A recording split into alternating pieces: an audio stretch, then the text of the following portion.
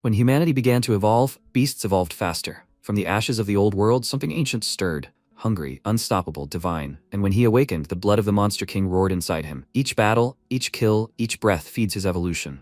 The weak call him a monster. The strong call him the end. Can a man crowned by monsters still call himself human?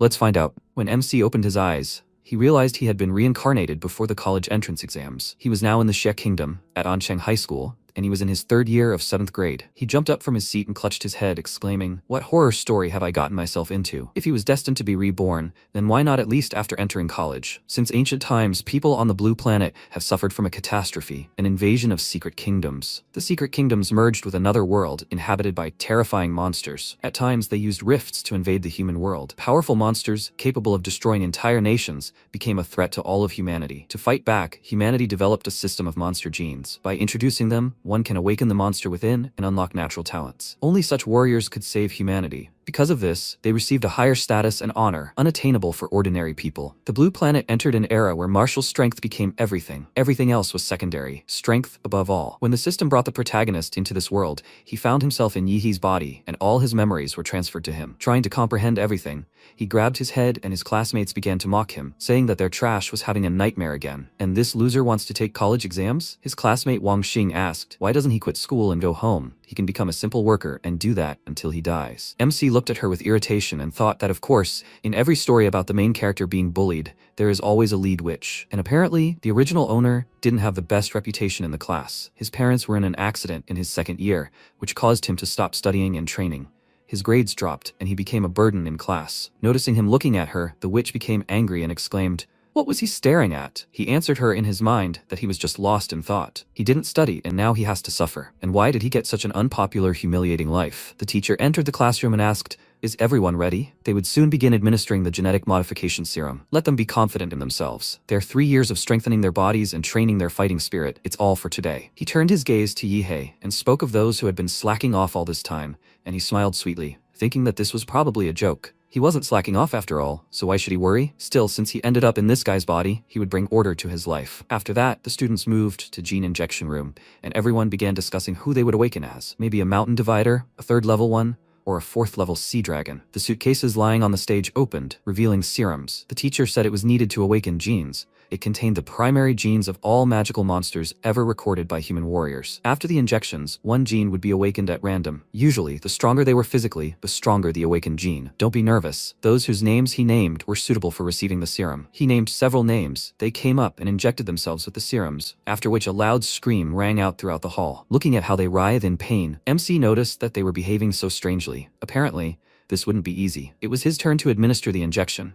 He injected it into his neck and thought that he could withstand it. His eyes widened, expecting the same flash of pain, but nothing happened. The teacher noted that it seemed like nothing had changed for him. He said that maybe it was just the wrong serum, and the head witch took the opportunity to laugh at him and told the others to watch. He hadn't succeeded at all. She walked closer and poked her finger in his face, mockingly saying that an unawakened warrior is like a bird without wings. He's simply doomed. Isn't that his style? He doesn't have to become a warrior now, so let him go home and die alone. She started to irritate him and wondered if she was the one instigating the bullying. Suddenly, he had a strange feeling that made him uneasy. The system reported that he had obtained the infinite monster gene, an overall S-rank physique. Combat skills: the 9th disciple's basic chi technique, blocking palm, iron body technique. Because of this feeling, he began to tremble, and the witch asked, what is he doing? He hasn't awakened, so he shouldn't pretend. Sensing something was wrong, he advised them to leave, saying it would be too late if they didn't escape. After that, the monster gene emerged and he screamed loudly, and a monster many times larger than him appeared behind him. Wang Xing was thrown back by the shockwave,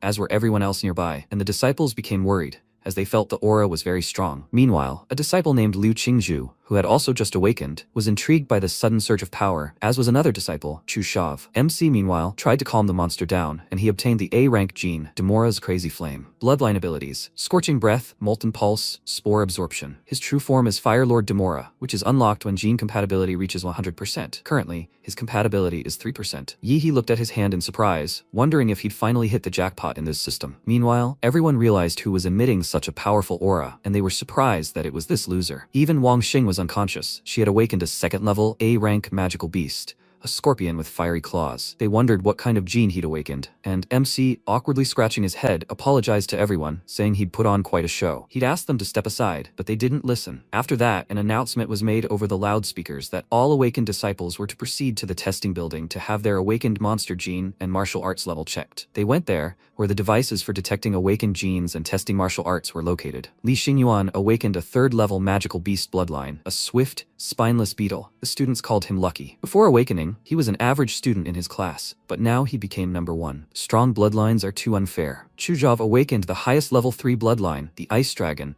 and he also has a level 9 martial arts ability. So everyone was confident he would definitely become the champion of Anchen City this time. Liu Qingzhu also has a level 9 martial arts ability, and she inherited a rare level 4 bloodline, the Netherworld Sparrow. If this level 4 monster appeared in its true form, it would destroy the city. The warriors before it would be like ants. Only a grandmaster could handle it. Yi mentally noted that their awakened monster genes were classified as level 3 or 4. Why is he just an A rank? Yi was called next for a test of his abilities, which made him nervous. As he stepped onto the path leading to the capsule, everyone's gaze fell on him, and they were filled with admiration. He nervously noted that this world really does revolve around power, then headed to the capsule. One of the students said that given his aura, his level must be high. What kind of bloodline could have such strong pressure after awakening? Jov, meanwhile, thought he was worth the wait. After entering the capsule, the system showed that he was a level 3 martial artist, but his monster bloodline was unknown, which greatly surprised the others. Since his bloodline was unknown and he was a level 3 monster, they all decided to laugh at him and began to bully him. After this, MC exited the capsule, but not at all disappointed, as he thought this gene could not be recognized. But a hint about the infinite monster gene appeared. It was a guide to increasing the gene, which is only possible after completing quests or increasing his reputation. For this, he can receive additional monster genes. There are currently no available quests. He smiled and thought that his gene was different from others, but as long as he completed the tasks, he could raise the gene, which meant he was the king of the monsters. He laughed evilly, rejoicing at his success, and soon a new day arrived. He went to the teacher with a request to be homeschooled and come back later for the college entrance exam, and he asked if he thought he would believe that he would really study at home. He assured him that he really wanted to improve. He knew that he was too far behind the others, so now he needed to go through special training. If he followed the same path as everyone else, he wouldn't have a chance. His teacher seriously said that he knew that if he wanted to become a warrior, the only way was to go to college. He knew that he had awakened his bloodline, but his foundation was too weak. He would never pass the entrance exam, so he should prepare to repeat a year and try again next year. MC exclaimed that he desperately wanted to improve. He might not realize it, but he had awakened a powerful bloodline. He definitely had a chance to succeed if he trained hard. Let him look into his honest eyes. He would never lie to him. Looking into his eyes, sparkling like precious stones, the teacher became slightly nervous and noticed that this look truly seemed sincere. He agreed and said that he would still return to him to repeat the program next year. After that, Yihei went out into the city streets and assessed the situation. His parents' house was mortgaged for 600,000, and the accident compensation was over $1 million. He had a decent starting capital. To become stronger, he now has 2 options. The first is to increase the level of his combat skill, and the second is to increase the level of interaction with the Demora gene. According to the infinite monster gene, each gene awakens with 1% compatibility, but his is 3%. There's only one answer to this. The Demora gene absorbed the genetic awakening serum and gained another 2% compatibility. This proves that the gene-related serums in this world can enhance the abilities of genes, so instead of working himself to death as a warrior, he'd be better off spending the money on increasing his gene compatibility. He needs to hurry and buy the genetic enhancement serum. He arrived at the warrior center, and as soon as he was inside, he saw everyone emitting an aura. Everyone here was awakened with a bloodline. After awakening the Demora's crazy flame, he gained its unique sensory ability, a magnetic life field. Demora can sense the life signals emitted by creatures by releasing its magnetic field. He clearly feels the chi and blood of warriors burning within them as if in a brazier, along with the bestial roars of their bloodlines. Warriors, monsters, he can no longer suppress his desire to fight. After all, the crazy Demora is the king of beasts in their world, destined to conquer all life on this planet. Unfortunately, right now he's only a rookie. So far, he can only contain the Demora bloodline. Once he gains strength, he will show the world what it means to be the king of beasts. He was distracted from his thoughts of conquering the world by a girl named Huang Healy. She winked at him and told him not to look at others like that. He apologized to her, and she said it was fine. He most likely only recently awakened his monster gene. Not being able to control his powers is normal. What brought him here? He told her he was here to buy gene potions, but the center is so huge that he couldn't figure out where to go. He asked her for help, and she asked if he was already using gene potions at this stage. It's just that this stuff is expensive and can easily cause resistance, becoming less effective over time. To get the maximum effect, warriors usually wait until their gene reaches a dead end before using them. He asked how much one of these potions cost, and she told him that at his level, he could only use a hard-type beginner potion, which cost around 400,000. He thought that was very expensive. He wouldn't be able to afford 5 of them, even if he spent all his savings. He asked if she knew anyone who could give him a discount, and she gave him her business card and said that with a recommendation from a veteran warrior, he could get at least some kind of discount. He thanked her with a smile and headed for the exit, and she said that if fate brought them together, they would see each other again. After that, he went to various stores, bought everything he needed, and returned home. He increased his gene compatibility to 7%, which was difficult for him because he was in pain. When he finally finished, he was able to catch his breath. Now he understood what leveling up felt like. With every sip of the gene potion, his physical form improved. But in the end, he only became slightly stronger. It seemed the stronger his body became, the more difficult it would be to induce further basic mutation. But this wasn't bad at all. In just a few minutes, he had achieved what others had worked for 3 years. This was just using his basic stats, and if he activated the power of his bloodline, everything would be different. He smirked and thought that maybe he really had a chance to pass the exam with a perfect score. If a cheat mod couldn't defeat geniuses, then what kind of cheat was it anyway? After that, he decided to travel to the secret dimension. Secret dimension rifts are ranked from S to E, and the higher the class, the stronger the beasts within. The beasts from the S-class dimension are completely beyond human control. If they ever invaded the real world, it would be an apocalyptic level disaster. As soon as he reached the entrance to the secret dimension, he noticed that there were fewer people here than he expected. Perhaps it was because this secret dimension had been developed for too long. After all, it was old. All the treasures had long since been taken out. Only a few weak beasts remained for the newcomers to train with. He approached the caretaker of this dimension and said that he had planned a ticket, after which she opened a rift and he approached the portal, surprised by its size. He smiled because this was the beginning of his ascension to become the king of the beasts, and he jumped into the portal with a running start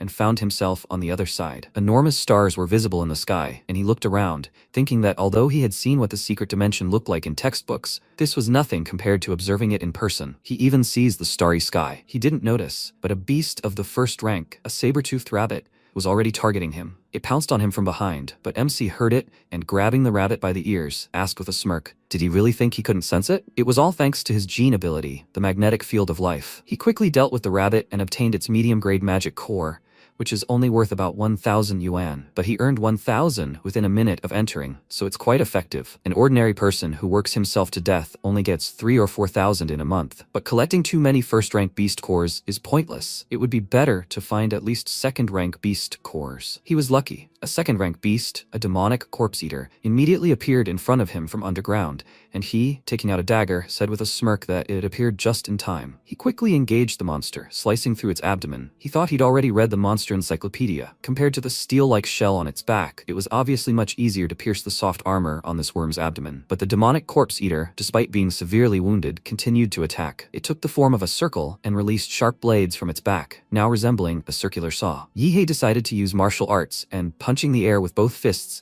struck the monster from a distance, and it retaliated by throwing its blades at him. MC was surprised that its mandibles could fire projectiles, and he tilted his upper body back to return, but his clothes were damaged. This made him very angry, as it had cost him a lot. Then he looked at the monster, thinking that at his low level of martial arts, he would be unable to do anything against this worm. Without the support of powerful martial techniques, even with profound Dantian energy and blood vitality, he can barely use 50% of his strength because the original owner of the body was a complete loser in studies. He will have to use a cheat. He activated the Demora bloodline, and a huge monster appeared behind him, its hands covered in scales and sharp claws. The huge worm roared menacingly in response, after which Yihei rushed straight into its mouth and began to destroy it from the inside. Moving quickly across its body, he dealt multiple blows and eventually emerged from the other side, killing it. With his overall constitution stat skyrocketing to 21, he completely destroyed the second-level demonic corpse eater. Even after deactivating his transformation, he still has to release excess heat, making it feel like a jet engine. The short sword he just bought was rusted from the monster's poison.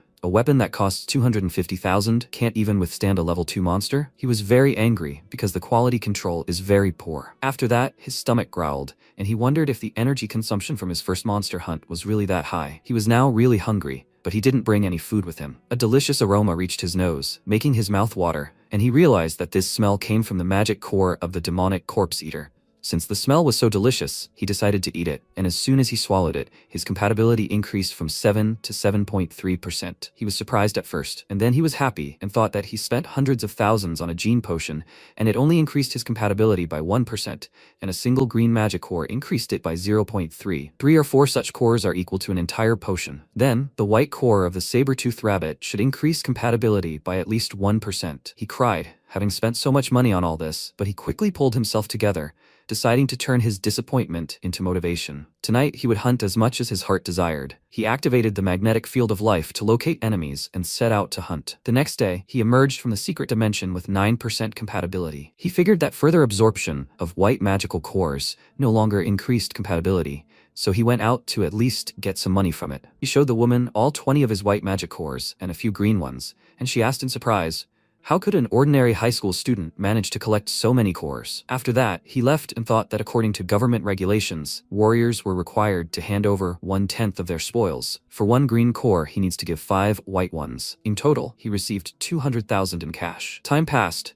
and there were 9 days left until the college entrance exam. He went to a secret D-class dimension where a team of warriors had already assembled. One of them turned to Captain Lin and asked, this time they should be able to deal with the blood jade flower, right? He said that during their last expedition, they found the flower's specific location, but because Old Man Chang was injured, he couldn't join them today. Xiao Xiao asked, so there are only 5 of them? Her comrade scratched his head in confusion and said that at least 6 were required to enter the secret D-class dimension. Their captain told them not to worry. He had contacted the agency to put them in touch with a new warrior. He pointed to Yahello, who had just arrived, and asked, is he a rookie? A 9th-level warrior named Dronzer? He confirmed this, and thought that since he was still a high school student and not allowed to enter the D-class secret dimension, he had to use an underground agency to create a fake identity and join the team. It cost him a whopping 100,000. Captain Lin noticed that his name was strange, and he told him he had no other choice. If he used his real name, it would violate copyright. Captain Lin told him to forget it. It was just a code name anyway. With his strength as a 9th-level novice warrior, he's really not suited for the D-class secret dimension. Their team would allow him to observe and study, but he was not to disturb them. He agreed to this without a problem and thought, is he clarifying his duties before the mission? In general, this is the right thing to do, better than setting him up in the middle of a mission. After that, they got into the car and drove through the portal, finding themselves in the middle of sand dunes. Captain Lin said that the tracker shows that the blood jade flower is in an oasis ahead,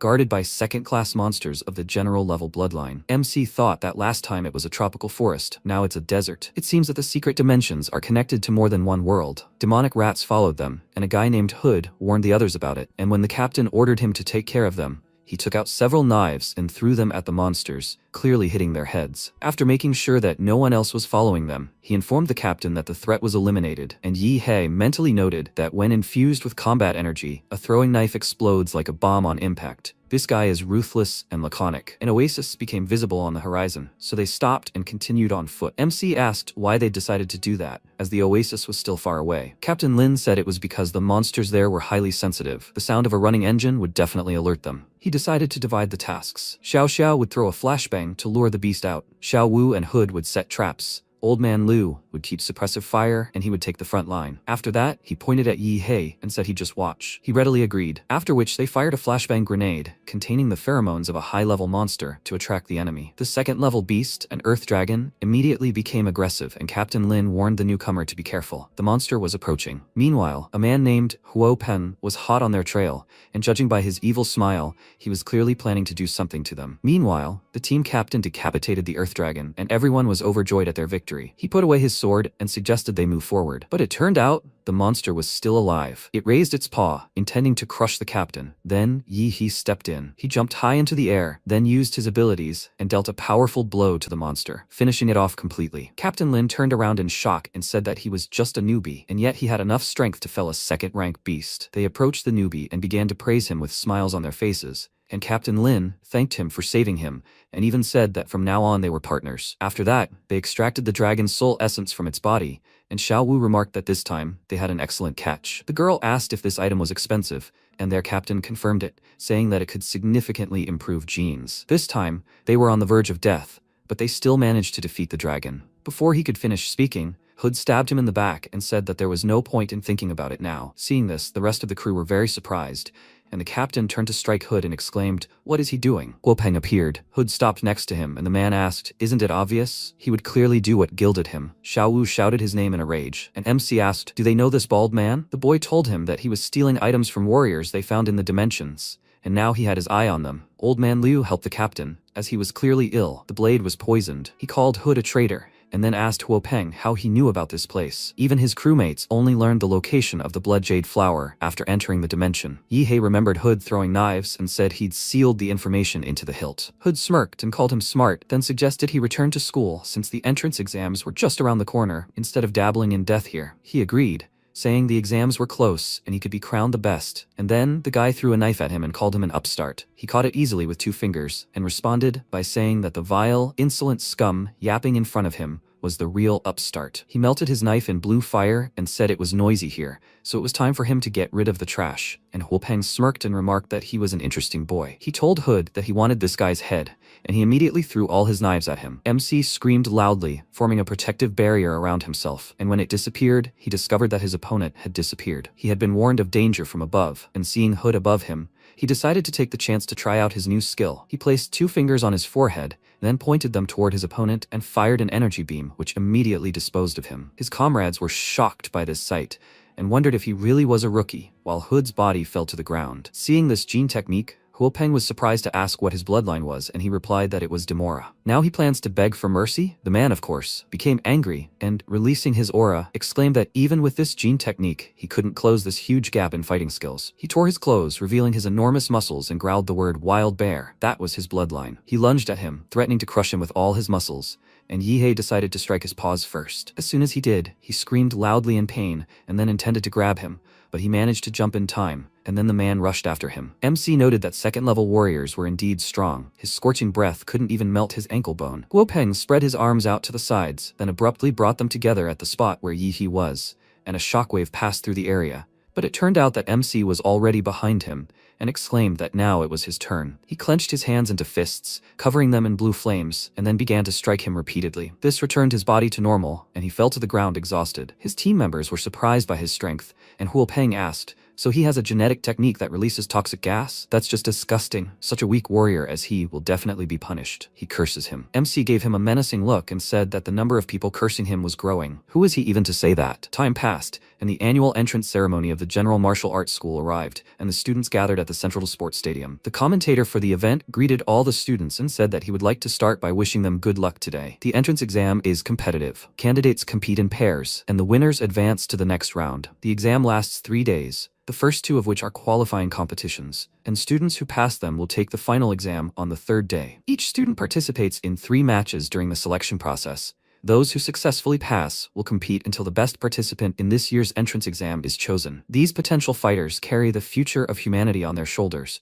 so let them show their true potential for themselves, for the sake of all humanity. He officially announced that the entrance exam had officially begun, and the students entered the arena to compete. Several of them were already fighting, but in the 6th arena, only one person stood, waiting for his opponent. Noticing this, the commentator said that there seemed to be a delay in the 6th arena, as one candidate had not yet arrived. They checked, and the participants in the 6th arena are Wang Xing and Yihei from On City, number 1 middle school, but only Wang Xing is in the ring now. According to the rules, if Yihei did not appear soon, he would be counted as a loser. Wang Xing, meanwhile, said that being made a fool of at the gene assignment was the greatest shame of her life. She thought she could use her salamander to humiliate him this time too, but that idiot hid and dared not show up for the exam. The other students called him a coward, and said he must be sitting at home, shaking in fear in his bed. Cowards like him shouldn't be in high school at all. They should just be sweeping the streets. The instructor blew the whistle and was about to announce Yihei's defeat, as he hadn't shown up, but the other teachers immediately became wary, as they sensed a huge aura approaching them. A bright flash of light appeared in the sky, leaving a trail of black smoke. Seeing that it was a person,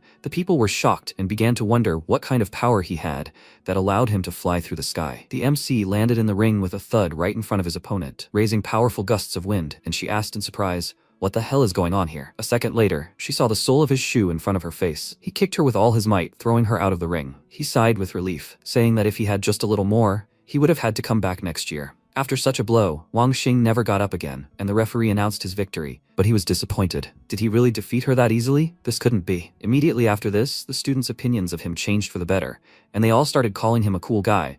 They were even more impressed with how he appeared in the arena. Now his overall constitution was 226 points, and his compatibility was 20%. Captain Lin gave him the bloody jade flower of gratitude, but it took him some time for it to improve his physical abilities. Now he can relax and enjoy what comes next. His next opponent was Long too, but before he could take a step, he defeated him, and then his winning streak began. The audience was delighted. He finished every battle with the first strike, never dragging it out. They roared loudly with delight, and Yihei meanwhile clenched his fist in victory, because since he won all 3 matches, he now advanced to the final round. After this, ambassadors from various universities began to approach Yihei to tell him about their educational institutions. They were so impressed by his strength that they did everything they could to lure him to theirs. MC really enjoyed this attention, and when someone asked if he had a favorite university, he confidently declared with a smile that he wanted to enter Huadu University. Everyone immediately dispersed, saying that he had become so arrogant after reaching the finals, but he would come to them for help again when he was rejected. Seeing their reaction, he became excited and exclaimed, "They just don't believe that he will succeed?" He realized that they were basically right about this, because Huadu is the best martial arts university in the Xia Kingdom and one of the top 5 universities in the world. This is the holy of holies of all martial arts. In a second-rate city like theirs, only a select few are able to set foot on this sacred ground. He smiled and thought that it didn't matter at all. Warriors spoke the language of strength, after all. He couldn't wait to see their faces when he took first place. After that, some people approached him, showed him their IDs, and asked for his cooperation. Now they wanted to redefine his martial arts level. When they did,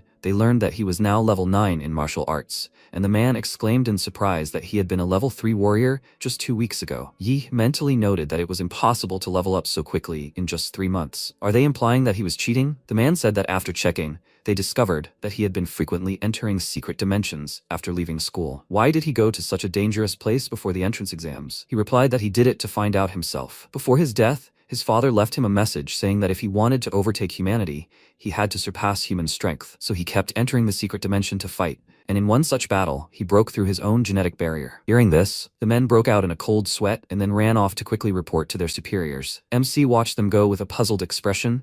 He himself didn't understand how he became the object of surveillance. After that, he took out his phone and decided to check what was going on online. He saw a bunch of live broadcasts with interviews with the candidates' parents and friends. They supported their relatives and wished them good luck. This made him think he has no one to support him. He really is an orphan whom no one cares about. But still, one person was rooting for him. It was time for another match. He entered the arena, and his opponent was Luo Shuang from middle school number 3. The audience immediately started talking about him. He's a level 8 warrior who surpassed all of his classmates. He's awakened a rare level 2 magical beast, and both of his parents are warriors, so his opponent is definitely finished. MC told his opponent he could strike him first, and he asked irritably, "Don't you know who he is?" He replied that whether he knew him or not wouldn't change the outcome of the fight. Luo Shuang released his energy and laughed, saying he was right. The outcome was that he would definitely win. After that, he pounced on him and said he hoped he was lucky, otherwise he would die here. Looking at the clawed hand approaching him, Yihei didn't even move. Then he grabbed him and said that he had good momentum, but he was nowhere near the power of that bald old man. Because he grabbed his hand too tightly,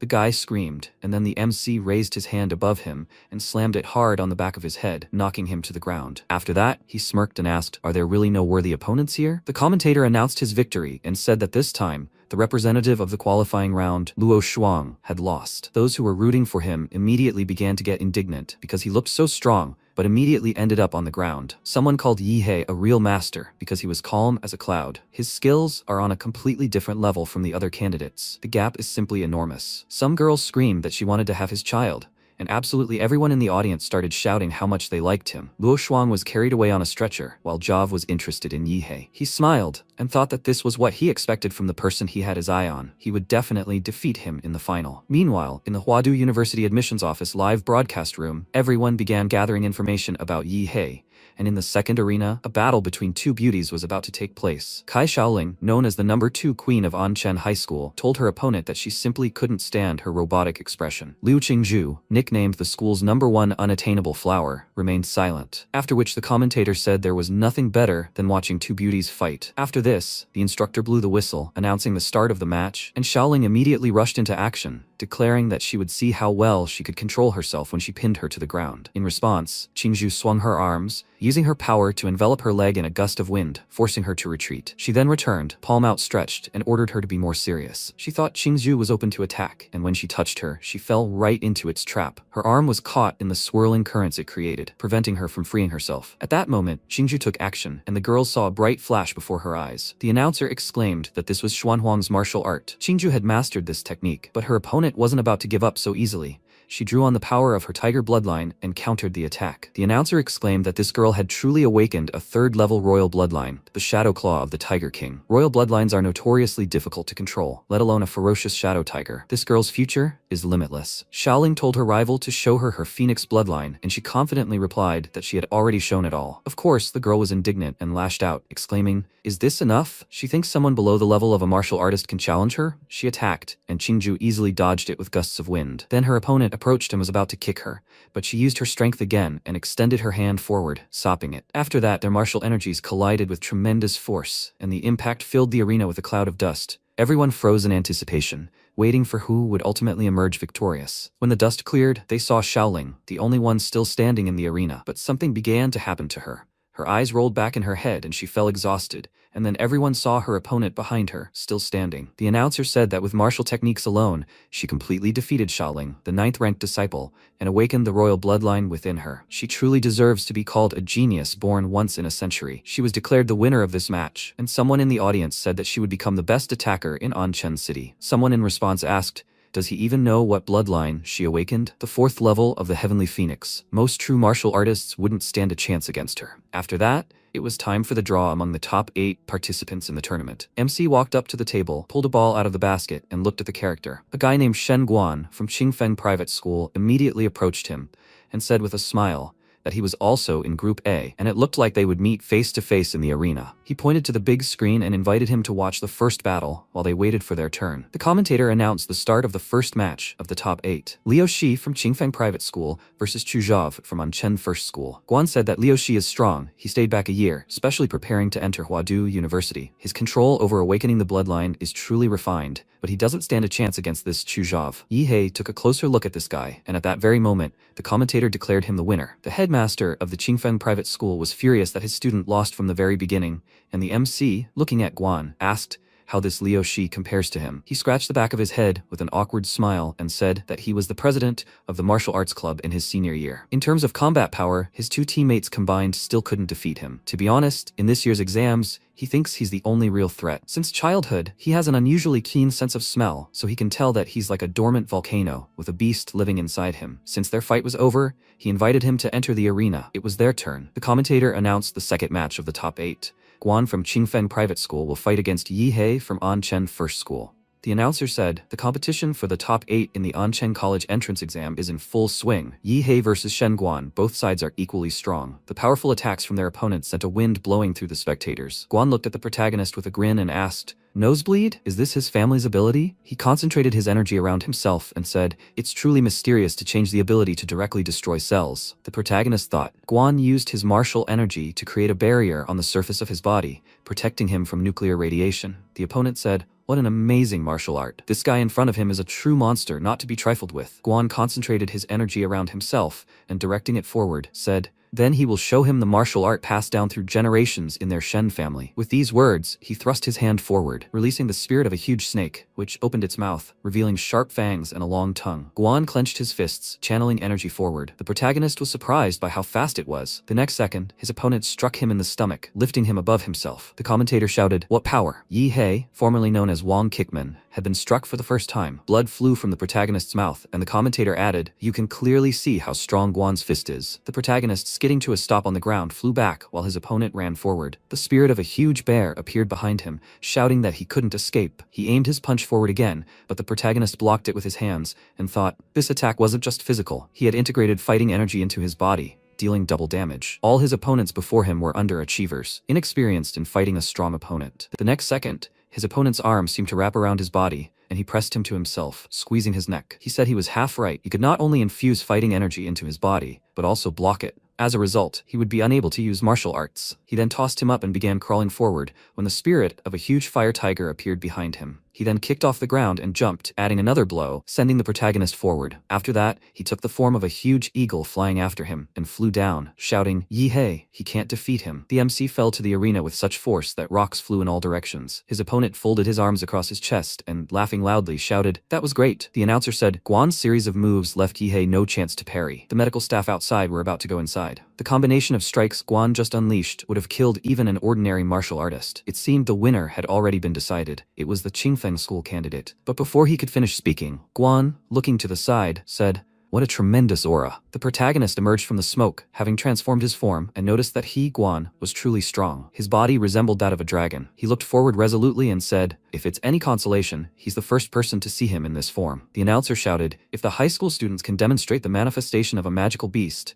they'll surely be able to enter Huadu University without the entrance exam. This is the manifestation of a magical beast." He didn't expect that in this small place, An Chen, besides Lu Qingju, a martial arts genius, also had a bloodline genius. Guan frowned and asked in confusion, "The manifestation of a magical beast?" To think that his bloodline awakening was at such an extraordinary level. At this moment, something went wrong with the examiner's device, and the host announced that each examiner would be equipped with headphones to monitor candidates and a number of factors inside and outside the examination room. Then a system window appeared, which said that the value of nuclear radiation was 9,999,999. The examiner asked in surprise, "What's going on?" "The nuclear radiation is off the charts," the announcer added. Seeing Yi manifest as a magical beast, the examiner seemed to have detected a problem. They enveloped the arena in combat energy to prevent the nuclear radiation from leaking out. The onlookers muttered among themselves, "So this is Yihi's bloodline awakening? Cool. Does anyone know the bloodline of the magical beast he awakened? He's from first middle school, and I heard he awakened an unknown bloodline. How could such a powerful monster be unknown? It seems there are no creatures like Demor on the blue star. No wonder they didn't know about it." At this moment, Guan, looking at his hand,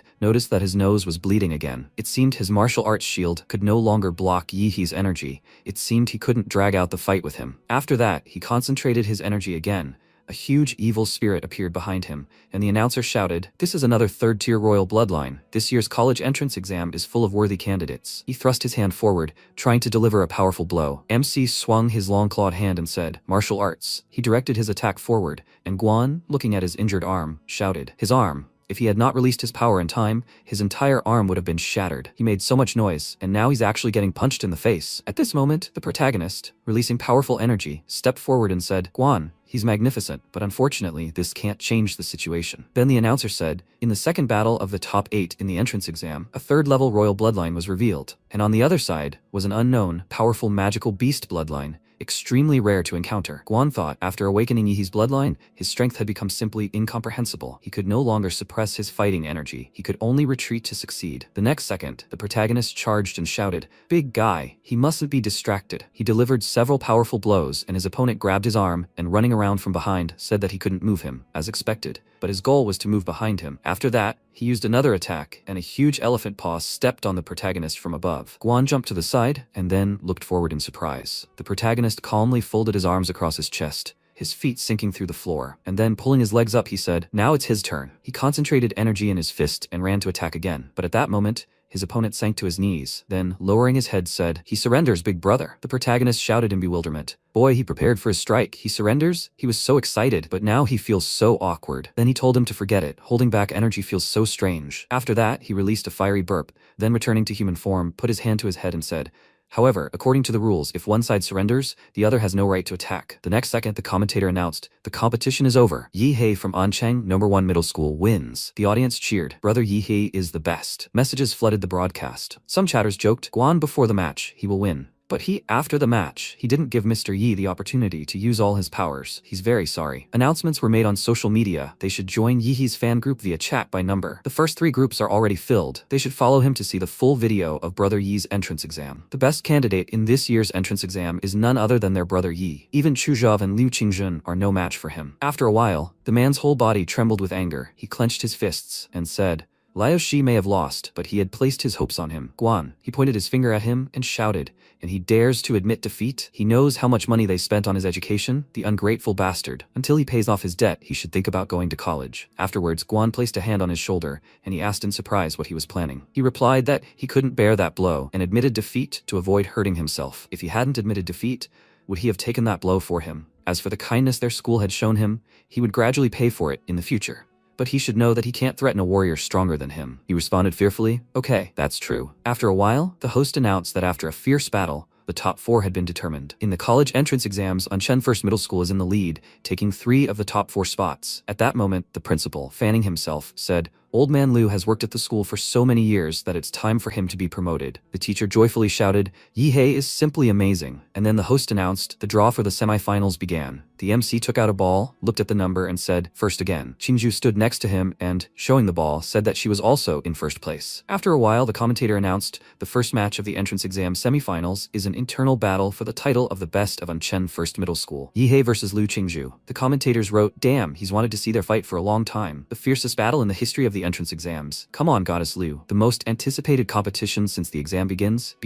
Brother Yi must win. He believes that Goddess Liu has a better chance of winning. It is currently known that she has mastered 2 mysterious royal martial arts. Thanks to this, she crushed Kai Shaoling, who possessed a 3rd-level royal bloodline. There is no word yet on the awakening of her 4th-level bloodline. Guan possessed the bloodline of a 3rd-level king, and Yi Hei was forced to awaken his bloodline thanks to him. Although Yi Hei's bloodline was quite high, it is assumed that he also has a 4th-level bloodline, but he is no match for Goddess Liu, who also has a 4th-level bloodline and excellent martial arts skills. The other commentators agreed with him. After some time, the semi-final arena arrived. The host, standing between the competitors, said, First Middle School Anchen, Liu Qingju. First Middle School Anchen, Yihei. Let the fight begin. With these words, he waved his hand, and smoke spread across the field. Qingju shielded herself with her hand, and 2 bright flashes appeared in the smoke. She looked forward and said, Yihei, I hope he's strong enough. After this, the announcer announced, Yihei versus Liu Qingju. The fight had barely begun when Yihei suddenly released a large amount of steam, engulfing the entire arena. The spectators were surprised. What's going on? They couldn't see anything. The announcer slammed his fist on the table and shouted, how will Qingju, a talented girl from the Liu family, handle Yihei, this year's dark horse? We'll have to wait and see. Could it be that he's awakened his bloodline again? At this moment, the protagonist, hidden behind clouds of steam, thought,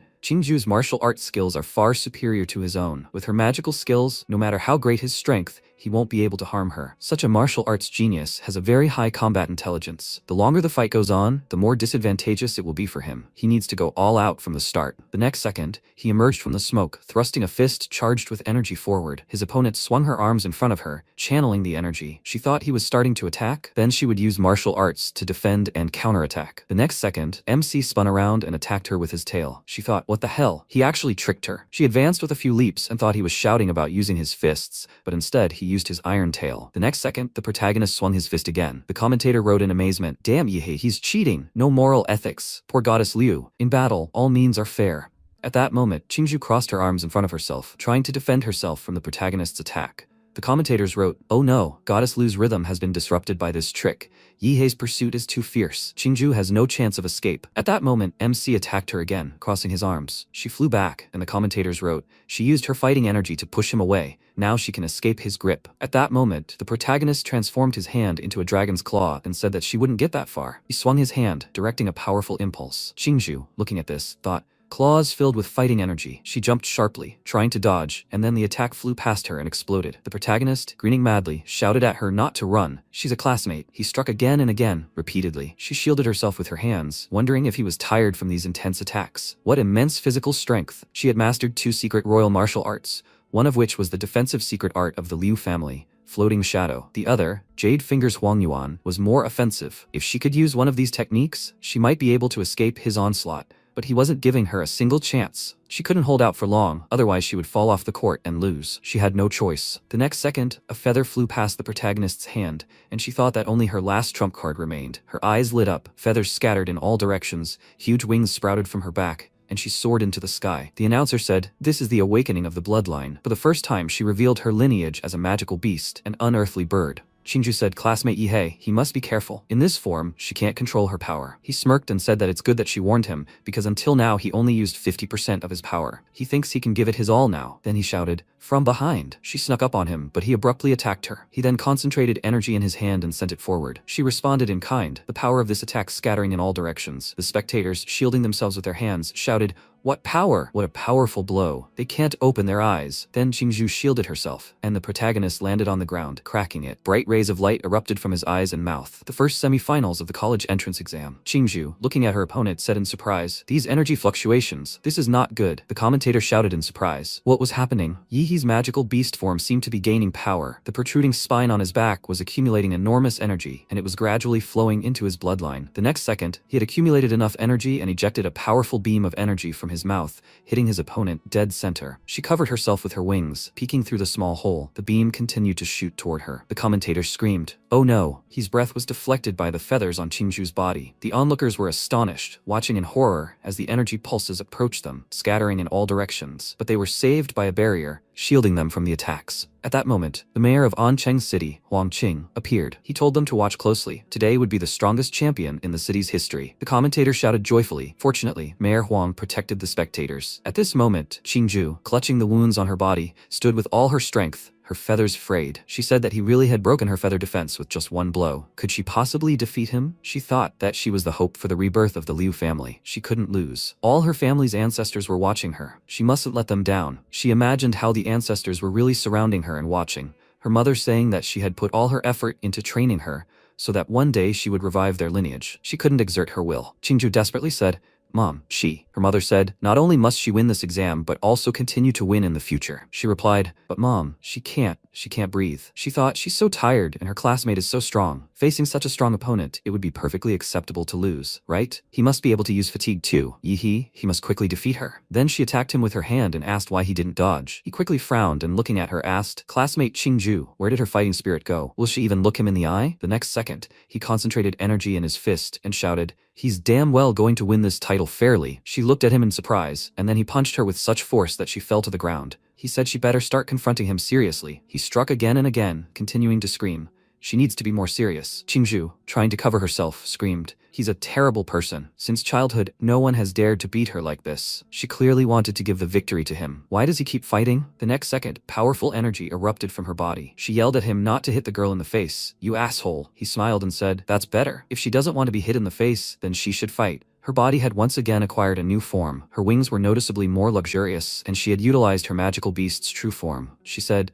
"Classmate Yihei, she will defeat him in her strongest form, just as he wishes." MC grinned. Finally, has she finally revealed the true form of her magical beast? Now things were getting interesting. He transformed his body and declared that in that case, he couldn't underestimate her. The dragon opened its mouth wide. This is Yihei's physical skill, which combines the Demur form with enhanced Qigong, and it's called Nuclear Light Pain Body. He charged forward and shouted, "They will have a real battle." His opponent unleashed a hurricane of energy, and the protagonist found himself at the center of it, but he easily flew forward, leaving clouds of smoke behind him. The next second, she took a deep breath, then opened her mouth wide and released a powerful sound wave aimed at the protagonist. He covered himself with his hands, flying back, and said, "Same trick again. This time he won't back down." The protrusions on his spine continued to glow, and Qingzhu placed fingers between her eyebrows and said, "Give up on defense and unleash the Liu family's most powerful technique. She will meet him face to face." Atomic breath beam. The next second, energy began to concentrate around her, and MC released a stream of powerful energy from his mouth. She shouted, "Bloodline ability." Several bursts of energy headed straight for the protagonist's attack. The announcer shouted, "Yihei's atomic breath and Qingzhu's unearthly bloodthirsty spikes formed two powerful strikes. This won't do. Such a clash is beyond the strength of these two fighters." At that moment,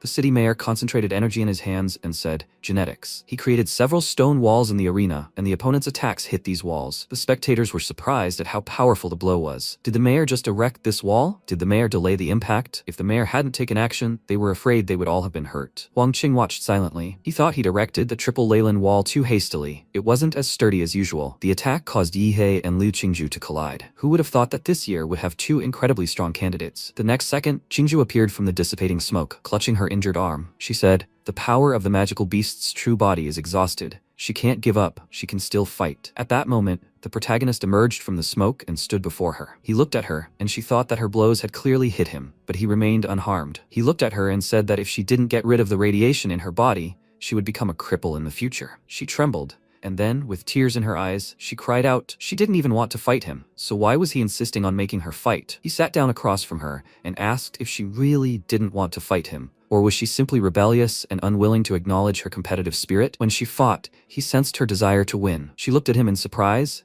and then thought that he was right. She was thinking about how to defeat him. That's why she abandoned her defense and used all her strength. But what was wrong with her? She hated fighting and wanted to lose to him as quickly as possible. But during the fight, she truly felt that feeling. She felt the thrill of fighting not for anyone else, but for herself. Then he put his hand on her shoulder, her face flushed with embarrassment. The MC directed energy to her injured arm and said that she had too many distracting thoughts. That's why she lost. She looked at her hand in surprise and thought the radiation disappeared and the wounds on her hand were healed. The protagonist turned around and then added, but she is still the strongest opponent he has ever met. He turned slightly and said, next time the opportunity arises, he really wants to give her the fairest fight, Qingzu. She looked at him embarrassedly and said, classmate Yihei. The next second, the commentator spoke. The smoke cleared and Yihei appeared. He is still standing on the field. After that, the protagonist, smirking, raised his index finger up. The commentator said, the first match of the semifinals is over. Yihei from Anchen First Middle School has won. After some time, the commentator announced, in the second match, as expected, Chu Zhao won. The climax of the Ancheng College entrance exam is approaching, a battle for the title of the best. Yihei from Ancheng City First Middle School will face Chu Zhao, also from Ancheng City First Middle School. The live broadcast's viewership continued to grow,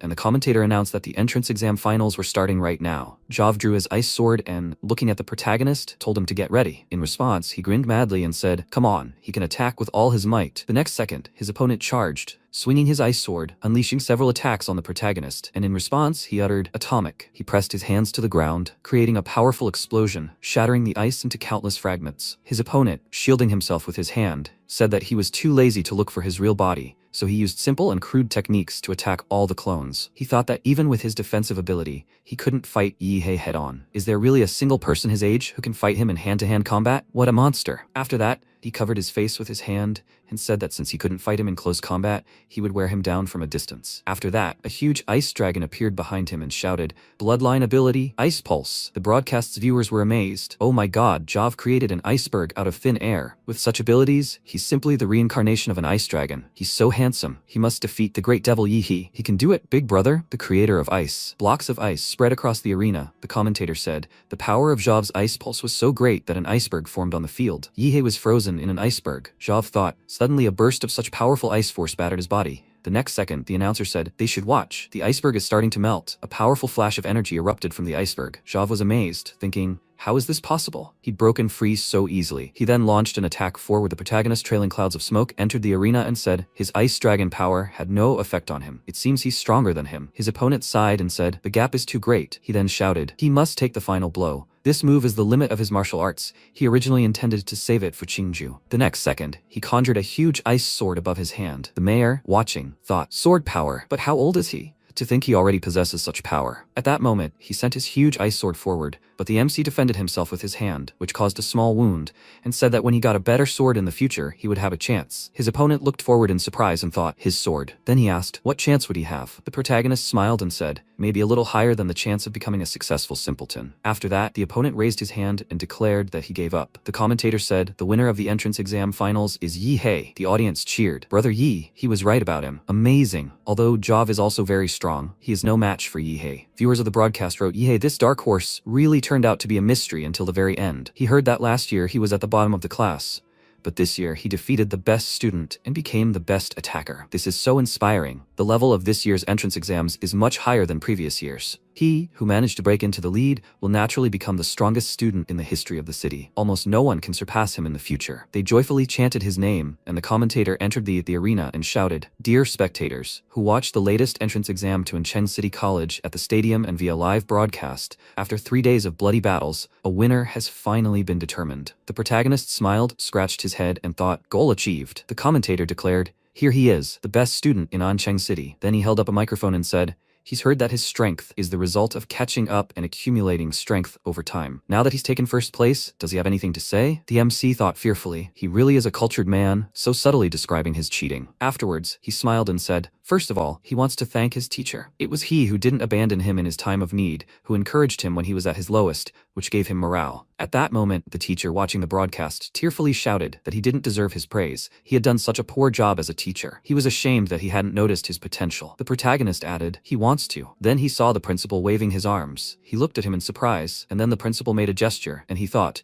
2 million. He must promote their high school and he will award him a 2 million scholarship. The protagonist happily said he would also like to thank their school and his principal. Without his wise leadership, he wouldn't be here. And finally, he wants to express his gratitude to himself. Without his personal hard work and wisdom, he definitely wouldn't be as successful as he is now. The next second, the system announced that they were congratulating him, congratulating the holder of the top student title. He would be awarded a random ability. He thought, title of the top student? Turns out there's an achievement system here too. Sometime later, in the stadium corridor, reporters ran quickly and yelled that the protagonist was here. Did the student encounter difficulties in winning first place? How did MC develop so amazingly in half a year? Is student Yihei going to enter Huadu University? The protagonist, running away from them with great tension, yelled at the reporters not to chase him. He really needs to go to the toilet. The reporter, smiling maliciously, held the phone to MC's face and asked Yihei, who thinks is more beautiful, Qingju or Shaoling? Or does the protagonist prefer Guan and Zhav? MC ran at high speed and yelled that he didn't have time to talk to the reporters. The reporter asked the student to wait. He had one last question. Sometime later, on the basketball court, Yihei excitedly raised his fists and said that he finally got rid of those reporters. Who would have thought that the protagonist is not limited to one template and can gain new opportunities through the reward system? A Huado employee congratulated MC on his victory, and Yihei, startled, wondered if he was a reporter again. The employee took off his hat and asked not to be misunderstood.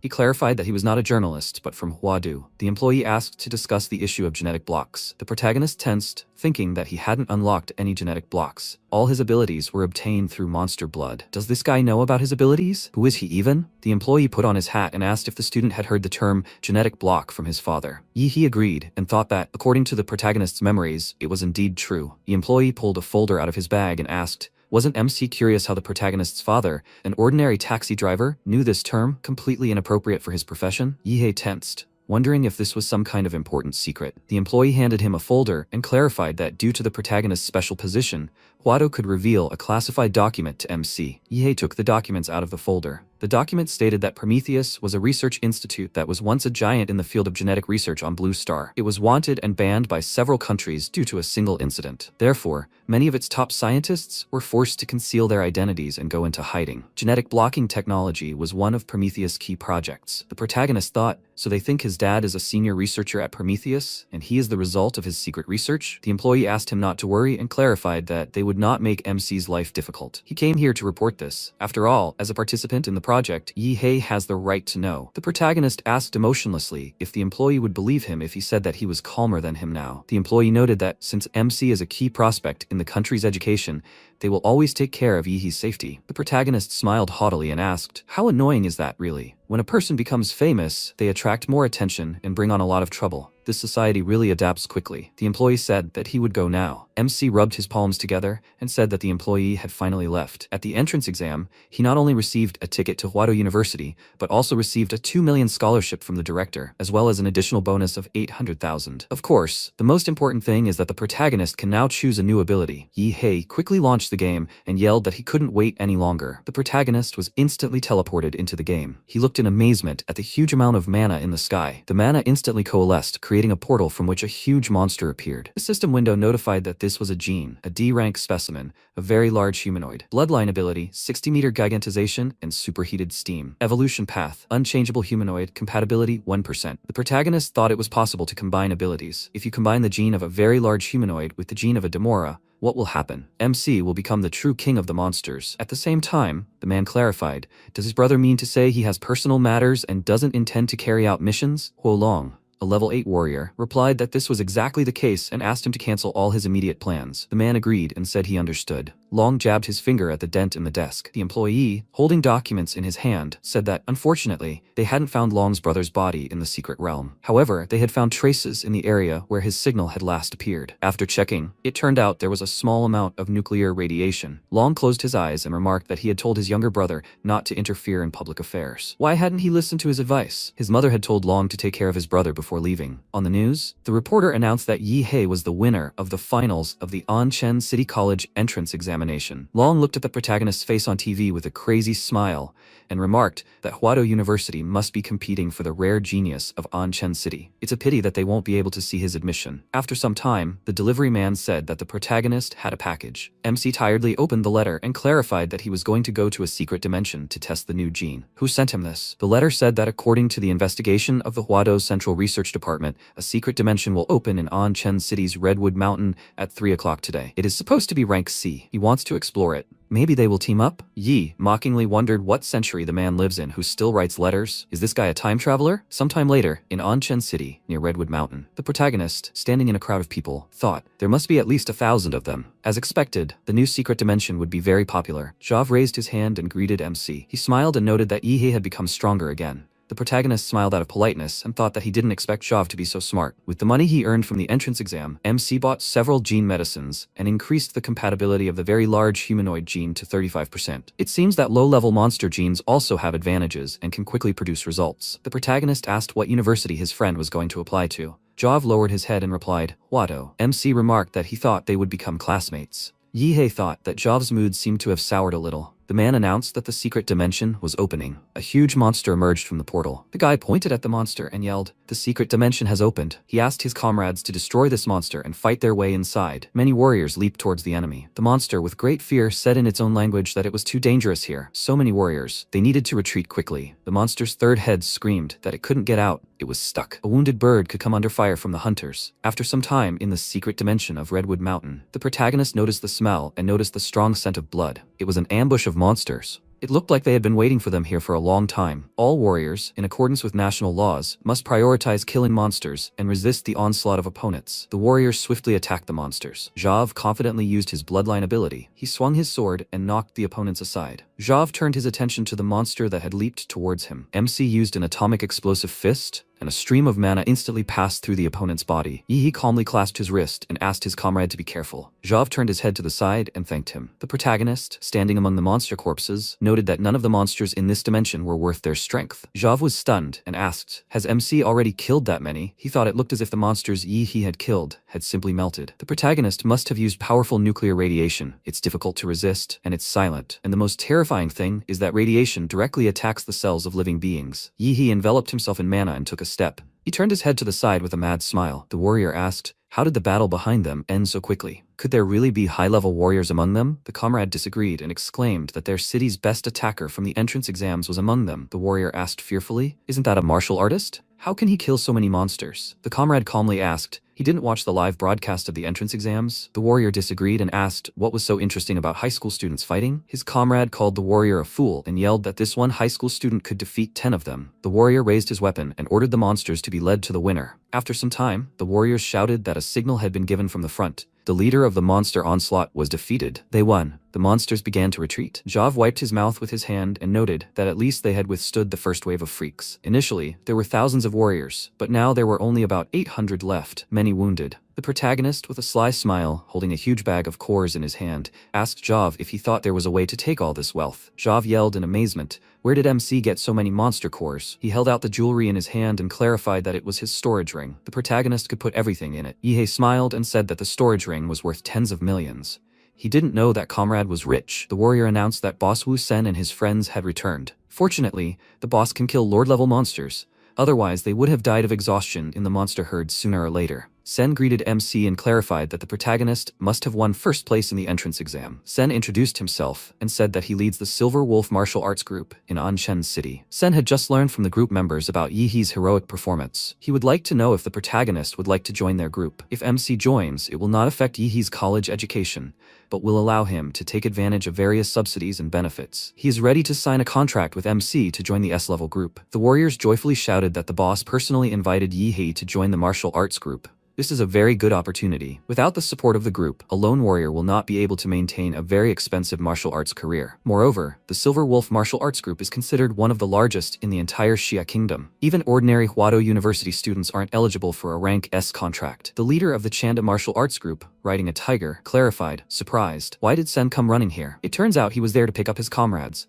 She calmly asked the protagonist to join their Chanda martial arts group. Although they are smaller than the Silver Wolf, she can guarantee that after joining, the MC will be able to use 15% of the group's training resources every month. The warriors shouted excitedly. 15% of the training resources? Isn't that equivalent to a full-time salary? A high school student forced 2 major martial arts groups to compete with offers to join. The MC calmly stuck his finger in his ear and replied that, unfortunately, he has no plans to join the martial arts group yet. Sen shook Yi's hand and laughed, saying that, as expected, it seemed like it wasn't so easy to score the maximum points on the college entrance exam. But no matter. they'd just become friends this time, and in the future, the protagonist could contact them anytime. The leader added that their group, Chanda, would also be waiting for MC's arrival. Yihei remarked that even though he wasn't joining, it wouldn't hurt to become friends. Sen asked, didn't the protagonist use that hand to pick out earwax? MC asked not to worry about that. Shav raised his hand and noted that after fending off the monsters, they could begin free exploration. This was a huge forest. They needed to first climb to the top of the trees to survey the entire area and formulate a plan. The protagonist flew at incredible speed, and Jav, looking at him, thought, very fast. The comrades landed on a red tree. Jav asked fearfully, what are those? Huge monsters walking among the trees. Jav noted that such a huge creature must be more than 1,000 meters tall. It really boggles the mind. Yi has smiled crazily and remarked that it wasn't that hard to imagine. They were still young, and in the next few years they would be able to defeat these monsters and even learn the truth about them. Jav thought that it was as expected of Yihei. He would be scared when faced with an unknown powerful creature, but the protagonist would confidently emerge victorious. It seems he's not only lacking in martial arts, but also in willpower. MC is a true warrior. Yihei ominously raised his hands and exclaimed that sooner or later the opponent's cores would become his. He tensed and thought it was strange. His vital magnetic field could determine the distribution of life in this secret dimension. But in the southeast there is amber, which, like a vacuum zone, is completely empty. Where there is smoke, there is fire. The greater the effort, the more valuable the monster. The protagonist smiled and, pointing his finger, shouted, there's a lake over there. He asked Jav to look to the southeast and clarified that there was a lake there. MC suggested going there and having a look around. After some time, Yihei happily called out to Yuli. She raised her hand and asked if this wasn't their best attacker. Yuli hadn't even expected him to be so strong. Her comrade crossed his arms and asked if she knew the young best attacker of the city, An Chen. The girl, kneeling, asked to introduce them to the protagonist. The attacker was quite impressive when he fought against a wave of monsters. MC headed towards her and asked how long Yuli had been here. She replied that they had just arrived. Two teammates, good swimmers, went down to the lake to scout the way. Suddenly, Yu Yang emerged from the lake. He joyfully shouted that they would get rich. Yuli asked for more details and asked how. Yang exclaimed that there was a relic under the lake. They would make a fortune. Yuli excitedly shouted, this is very good. They are rich. The protagonist was surprised and asked, what does this mean? Why are they so excited? Jav replied that there are several mysterious buildings in the secret dimensions, which are believed to have been left behind by ancient civilizations. Experts call them relics. It is said that the theoretical foundations of modern human martial arts and many genetic technologies originated from them. Yang quickly turned his head to the side and asked, who are they? He angrily raised his weapon and asked, who are they? How dare they eavesdrop? Yuli raised her hand and asked him to stop. Yi and Jav are the first place winners in the Anchen City College entrance exam. Their strength far exceeds that of most warriors, so let them join them. The protagonist smirked, placed his hand on Jav's shoulder, and asked Yang not to worry. The two of them will help them explore the ruins. Yang asked, then how will they divide the spoils? MC calmly replied that the two of them were simply helping them, so they could distribute it according to their efforts. The greater the contribution, the greater the rewards. Yang sighed in irritation and exclaimed that he would allow them to join temporarily,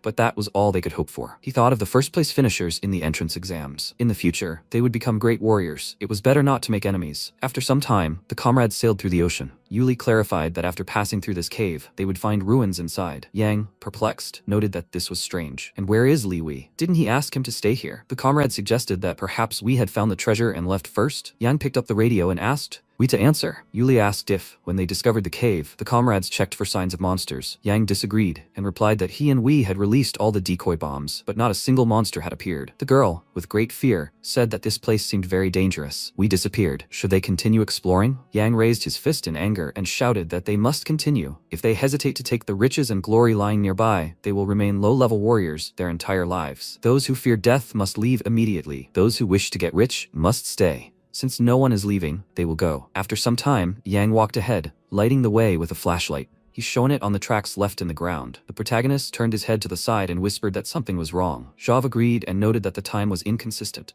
Yuli said that their team arrived at the lake only recently, which was no more than 10 minutes ago. However, Yang and Wei found this cave at the bottom of the huge lake and, having passed through it, discovered such a hidden path to the ruins. As if they had an ability, like activating map perspective in a game, Jav sternly clarified that this was obviously a trick. Maybe he should warn his friend and leave? MC smiled wildly and asked his comrade not to panic, as he had a secret method. The comrades noticed boulders on the ceiling, shrouded in vines. A comrade asked, is that the monster's core? It had lost its luster and seemed to have been consumed long long ago. No wonder he hadn't encountered a horde of aquatic monsters during his dive. It turns out they'd been eaten long ago. Yuli wondered where the relic Yang had spoken of was. The girl, frightened, covered her mouth with her hand and pointed at something, asking, "What is that?" "The body of the dead we hangs in the vines." The girl screamed that we is dead. Yuli froze in intense fear. Yang knelt down and clutching his hair shouted, "Where is the relic? Why isn't the relic here? Where did it go?" "We is dead, but how did he die?" Huge formations appeared on Yang's head and he ordered his comrades to run. The vines instantly passed through Yang's head, tearing it apart. His comrades called out to him. A stream of mana swiftly hit Yang. MC sternly remarked that, who would have thought the monster could be so smart? After attacking 2 fighters, the monster parasitized the brain of one of them, using his bait to catch new prey. It seems they were lured into the monster's hunting grounds. The stones covered in vines instantly fell to the ground. His comrades shouted that the monster blocked the path they came from. It doesn't want them to escape. Jav clarified that he had seen such a vine-controlling monster in books. It was a 2nd-level king-class monster, a ghostly demonic vine. Yuli asked fearfully, could it really be a 2nd-level king-class monster? King-class representatives couldn't be classified as ordinary levels. This wasn't an enemy they, 1st-level warriors, could fight. Yi resolutely enveloped his body in mana and said that he didn't care what level the monster was. They just needed to watch him kill the monster. A powerful explosion pierced the stone wall. Long, enveloped in fiery mana, exclaimed that he was here to kill the protagonist. Yuli clarified, could it really be Chi and bloody smoke? It was a level 8 warrior. MC turned his head to the side and asked, is there someone else coveting him? Long clarified that he had heard that in the secret dimension of Redwood Mountain, someone was using nuclear radiation to counter the tide of monsters. Then he realized that MC was here. Long simply calculated their location based on the radiation signatures. To avoid detection, he followed the protagonist all the way to the underground cave, hiding his own tracks. Long didn't expect that they would catch him and block the passage with a huge rock, making it difficult. He slowed his heartbeat, breathing, and everything else, falling into a state of suspended animation, but MC still noticed him. He is really capable of putting his brothers from the Huo family in a hopeless situation. The protagonist asked arrogantly, but who is this? The man suddenly burst in and started talking about something strange. Do they really know each other? Long raised his fist, jumped towards MC, and ordered Yi to stop pretending. Vines instantly wrapped around his arms. Long yelled, is this really the lair of the ghostly demonic vine? Lure him into the monster's lair and let it deal with him. Long barked with great rage. Is this part of MC's plan? He rapidly moved his hands and said that the vine has the ability to absorb combat energy and release neurotoxins. If he continues to fight with it, he will definitely die. How dare MC deceive him? Yi noted with bewilderment that the opponent had so much mental anguish. After all, they first met. Long enveloped his body in mana and yelled that he was so annoyed. His target is the freak Yihe, not these damned fools with vines. Yuli looked up with great fear and screamed that the cave was about to collapse from their fight. Long ordered them to get out of the way. A powerful stream of water rushed to the side, cutting through the air. The water splashed out, pushing the rocks aside. MC raised his hand and called out to Yuli, ordering them to leave first. Long furiously filled his body with mana and yelled that the protagonist should not even hope to escape. Ice blocks instantly appeared behind the protagonist, blocking the enemy's path. Jav raised his sword and told Long not to even think about touching Yi with a finger while he was here. Long grinned madly and laughing, clarified, he's a level 8 warrior. Does this guy really think this hail will hurt him? MC, enveloping his fist in mana, jumped over the enemy's head and asked, where's the uncle looking? He attacked with an atomic explosive fist. A powerful stream of mana hit the enemy. He sternly remarked that Jav should leave. This freak is a level 8 warrior. Jav will have a hard time dealing with him in his current state. The protagonist enveloped his body in mana and asked to leave the enemy to him. After a while, Yuli noticed that the ghostly demonic vine had completely gone crazy. It had stirred up the entire bottom of the lake. She looked fearfully at Jav, who had emerged from the lake, and asked, where's the protagonist? Jav sternly turned his head to the side and said nothing. Streams of powerful mana erupted from the lake. A huge humanoid emerged from the water. The enemy's burnt body rose up. The comrades looked at the shadow of the humanoid standing in the smoke. The protagonist emerged from the lake and asked Jav to lend him some clothes. Jav asked what that explosion was. MC sat down and replied that it was that mysterious warrior. He had brought a plasma bomb and died along with the ghostly demonic vine. Jav clarified, wasn't that military contraband? What kind of person has access to such a thing? And it seemed to him that the explosion was more powerful than a simple plasma bomb, and a giant appeared in the smoke. Yihe smiled tensely and replied that it wasn't so. It was smoke from the explosion. His comrade had imagined it. The protagonist thought that fortunately, they had been deceived. It would be bad if they found out about his ability to create monster templates. MC overdid it a bit and crushed the warrior. Yi lost the corpse, but luckily, he got the magical core of the ghostly demonic vine. Yuli raised her hand and clarified that they were leaving. She apologized for following the team without thinking, and MC had worked hard to save them. They would make up for it when they left the secret dimension. Yi raised his hand and clarified that there was no need to stand on ceremony. This time, He would consider it compensation for the service she had rendered. If Yuli repaid him, then he would still be in her debt, right? MC grinned wickedly and said that now was the time for happy monster slaying. 3 days later, at the entrance to the secret dimension of Redwood Mountain, the comrades landed on the ground. The protagonist looked up in amazement and yelled, "This can't be true, can it? In just a few days, this place had turned into a small town? And they even have transport planes here? The country's infrastructure capabilities are truly terrifying." After a while, MC put the bag on the table and asked her to be careful. The girl wouldn't benefit from damaged items. He smiled, scratched his head, and said he had too much. If he didn't hurry, he was afraid the girl would have a hard time finishing the assessment before noon. The girl asked him not to doubt and noted that they were professionals. The protagonist exhaled calmly and took the ring off his finger. He pulled the bag out of the portal and noted that this was the last one. The girl was frightened and thought, bag after bag, was the protagonist here to transport the goods? She asked in bewilderment. Was he finished already? MC smiled slyly and replied that everything was ready. But the girl needed to hurry and count it all, because there were still many elixirs waiting for him. After some time, the man yelled that this 7-star sheet was at least 300 years old. It's unknown where these artifacts came from if even experts can't find them. How lucky is this boy? He found a luhe flower. It's an important ingredient in making the qi pill. Even if all this is of poor quality, it's worth at least 30 million yuan. Some of this can't be found in shops, so the price could be even higher. This guy is very lucky. He got rich overnight. Lao Shu is probably confused. It's foolish to think that a boy is just lucky. People like him shouldn't be offended. Yihei, observing the people, noticed that now that green and white magic cores have no effect on him, the protagonist can sell them all. His biggest haul was 5 blue magic cores from third-class monsters. Also, green cores with gold patterns, which MC received from the second-tier demon boss. The protagonist received 27,507,000. After some time, MC, standing by the door, said that he had dealt with the magic cores. Now he just needed to find someone to give the spiritual medicines to. Yihei noticed a black car that had stopped. The head of the Pinhe pharmacy, Li Yuqian, introduced himself and said that he had heard rumors that MC had obtained a large amount of spiritual medicines from the secret dimension of Redwood Mountain. He wanted to know if Yihei would sell them to him. Yuqian would buy everything well above market price. The protagonist thought with displeasure that personal information was their most valuable asset. They had given him his data, after all. But overall, it didn't matter. MC was planning to sell it all anyway and was glad that the buyer had come to him. The car sped off, and Yutian asked the student to be sure to contact him if the protagonist had any more medicines. A message arrived on his phone stating that 7,450,064 yuan had been credited. The protagonist noted that all this money still didn't compare to the 10% increase in his strength. After all, true power lies in personal growth. Simple genetic serums and green and white magic cores are of no use on the market. The gene is even more picky than its carrier. He needs blood jade fruits, enhanced genetic serums, high-end goods that MC can't even afford.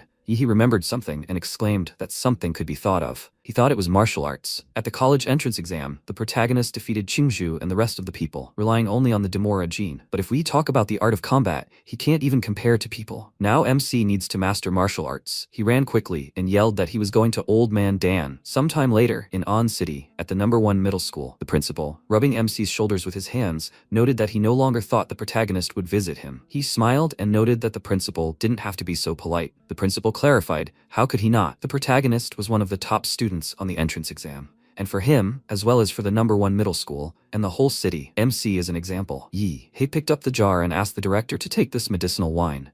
He brought it from Mr. Yuqian from Pinhe. This is not just a gift, it is respect for his elders. This is a good tradition of the state of Xia. The director, looking excitedly at the wine, exclaimed that the protagonist not only has a good character, but also respects teachers. He said that he would like to learn powerful martial arts and asked if the director had any connections. He hasn't entered college yet, so he can only ask the clans for help. The director pointed out that the protagonist has already applied to Huado University and will definitely get in. Why doesn't MC just wait until school starts? Yi is so impatient. The protagonist decisively exclaimed that he can't wait to improve. The director calmly agreed and said that he could introduce MC to someone. After all, Yihe is very talented. As mentors, they must teach students according to their capabilities. The protagonist grinned slyly and putting his hand to his mouth, exclaimed that rules aren't always compatible with reality. The educational system is lucky to have someone like the director, who is capable of embracing change. The director smiled haughtily and laughing, thanked MC. At noon the next day, the director said he had sorted everything out and MC could come. Yihe, with a towel over his head and a phone to his ear,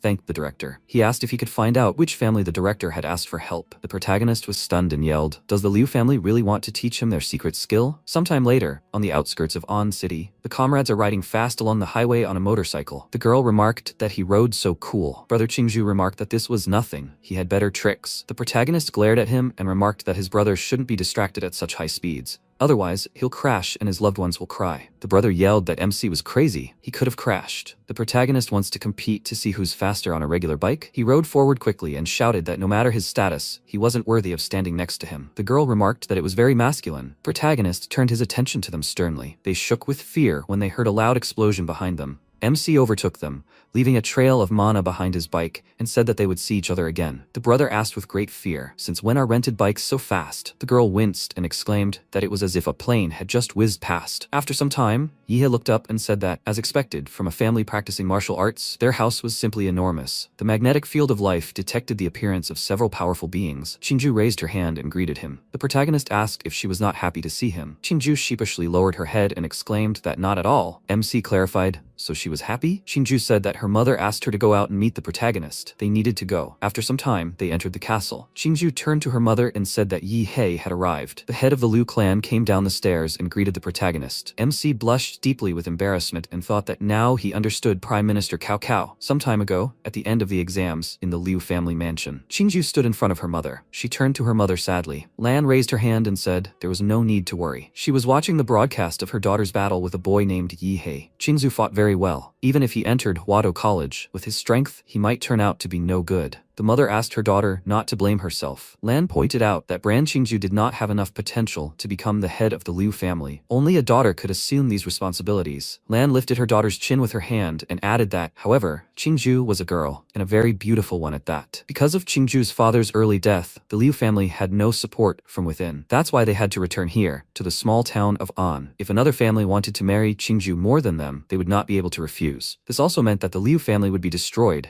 and the centuries-old legacy would be passed into someone else's hands. What would the daughter say if Lan brought the two of them together? He is doing well enough. He has outstanding strength, a simple family, and a bright future. Judging by her observations, he doesn't have any surprising ambitions. Qingju doesn't need to answer right away. They need to get used to each other first. At this point, MC bowed and greeted the lady. He lifted the package and clarified that it was a gift for the headmaster. Lan noted that the middle school principal said Yihei wanted to learn advanced martial arts. Qingju would accompany him. The protagonist tensed and wondered, had she agreed so easily? Lan, holding the gift in her hand, clarified that her daughter would take him to the Liu family's training pavilion. Since their secrets were not allowed outside the pavilion, MC had one day to learn. There are 3 Xuanwu martial arts. Which one the protagonist will master depends entirely on him. Yihei bowed, closing his eyes, and replied that he thanked the Liu family in advance. Lan wondered if he was thanking the Liu family and not her. It seemed like MC wanted to contact their families specifically. Okay, the Liu family would definitely make sure Yihei kept his promise. What a smart guy the protagonist is. The boss liked him more and more. MC wondered why he felt uneasy under her gaze. After a while, Qingju walked ahead of the protagonist down the corridor. The protagonist asked if he was imagining things or if she was avoiding his gaze. He grinned maliciously, quickly looked at her, and asked, "Is that true?" Qingju yelled in embarrassment. Why did he come so close? After a while, they approached a stone door. Qingju clarified that the door was made of Huali stone,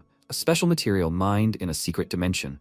It absorbs attacks from Xuanwu masters. MC asked if he could hit it. Qingju tensed up and allowed him to try. She thought Yihei was strange. Shouldn't he be surprised by the stone's properties? The protagonist, with a mad grin, filled his fist with mana. Qingju turned away in fear, thinking that shining blue power was happening again. It didn't bring back the most pleasant memories. MC struck the door with tremendous force. The mana instantly dissipated, and not a scratch remained on the door. He looked at the fist with irritation and remarked that it was very strange, but when he touched the stone, it felt like he had dipped his hand in the sea or mud. The protagonist felt the force of the blow being absorbed. Qingju smiled slyly and, covering her mouth with her hand, asked him to go. She clarified that she would show him a place where MC could choose what he wanted to study. Qingju thought mockingly that even the protagonist wasn't always lucky. After some time, Qingju explained that martial arts are divided into subclasses: body, defensive, horizontal techniques, swordsmanship, and so on. When Yihei decides what exactly he needs, he just needs to use this card. The protagonist asked, "What about Xuanwu martial arts?" Qingju replied that they were in a small stone room, and MC would need to use a card to access them. However, Yihei won't learn Xuanwu martial arts in a day. Progress is gradual. She doesn't think learning a type of martial art will benefit the protagonist, even though Mom gave MC access to them. Qingju could pick out a few books for him that would be more suitable. Yihei grinned slyly and asked,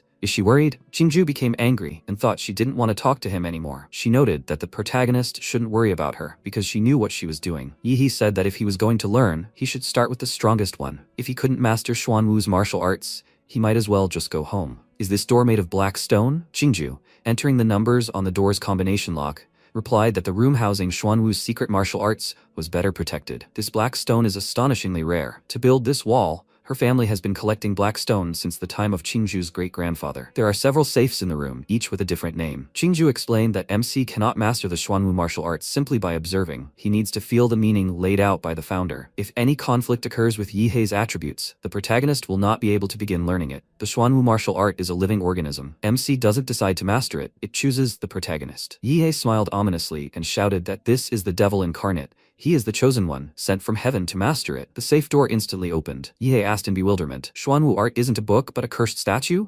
The protagonist, turning to the statue, asked, is this what she meant by feeling it? Had he succeeded? He remembered his indignation. Xuanhuang art isn't a book, but a damn statue? Qingju stood next to him and said, it's not just a statue, it's also paintings, household utensils, anything that can carry meaning. Xuanhuang is the most mysterious martial art of all. Only masters can imbue an object with meaning and pass it on to future generations. She returned and added, the rest is up to him. He turned around and looked surprised. Up to him? She hadn't explained anything to him. She said he needed to feel the art. If it was meant to be, he would succeed. He looked surprised. Destined? Then he would just sleep. He put his hands behind his head and lay down on the ground. In the present, Qingju, observing from the observation room, said he hadn't changed at all. At that moment, MC said, well, if he needs to feel it, then this is a peculiar spiritual world. He has no combat chi right now. He can't even activate the Demola gene. He's just like an ordinary person now. The system reported that the host's consciousness had entered a special dimension. To prevent sudden death, the system favors the host's spiritual body. He added, but fortunately, the monster gene is still here. At that moment, the spirit behind him laughed loudly and said, only a true man can master his martial arts. Otherwise, he'd rather rot in the ground. Kid, he must show him what he's made of. The protagonist, looking at him, thought in surprise, this man, he's just like a statue. Then he added,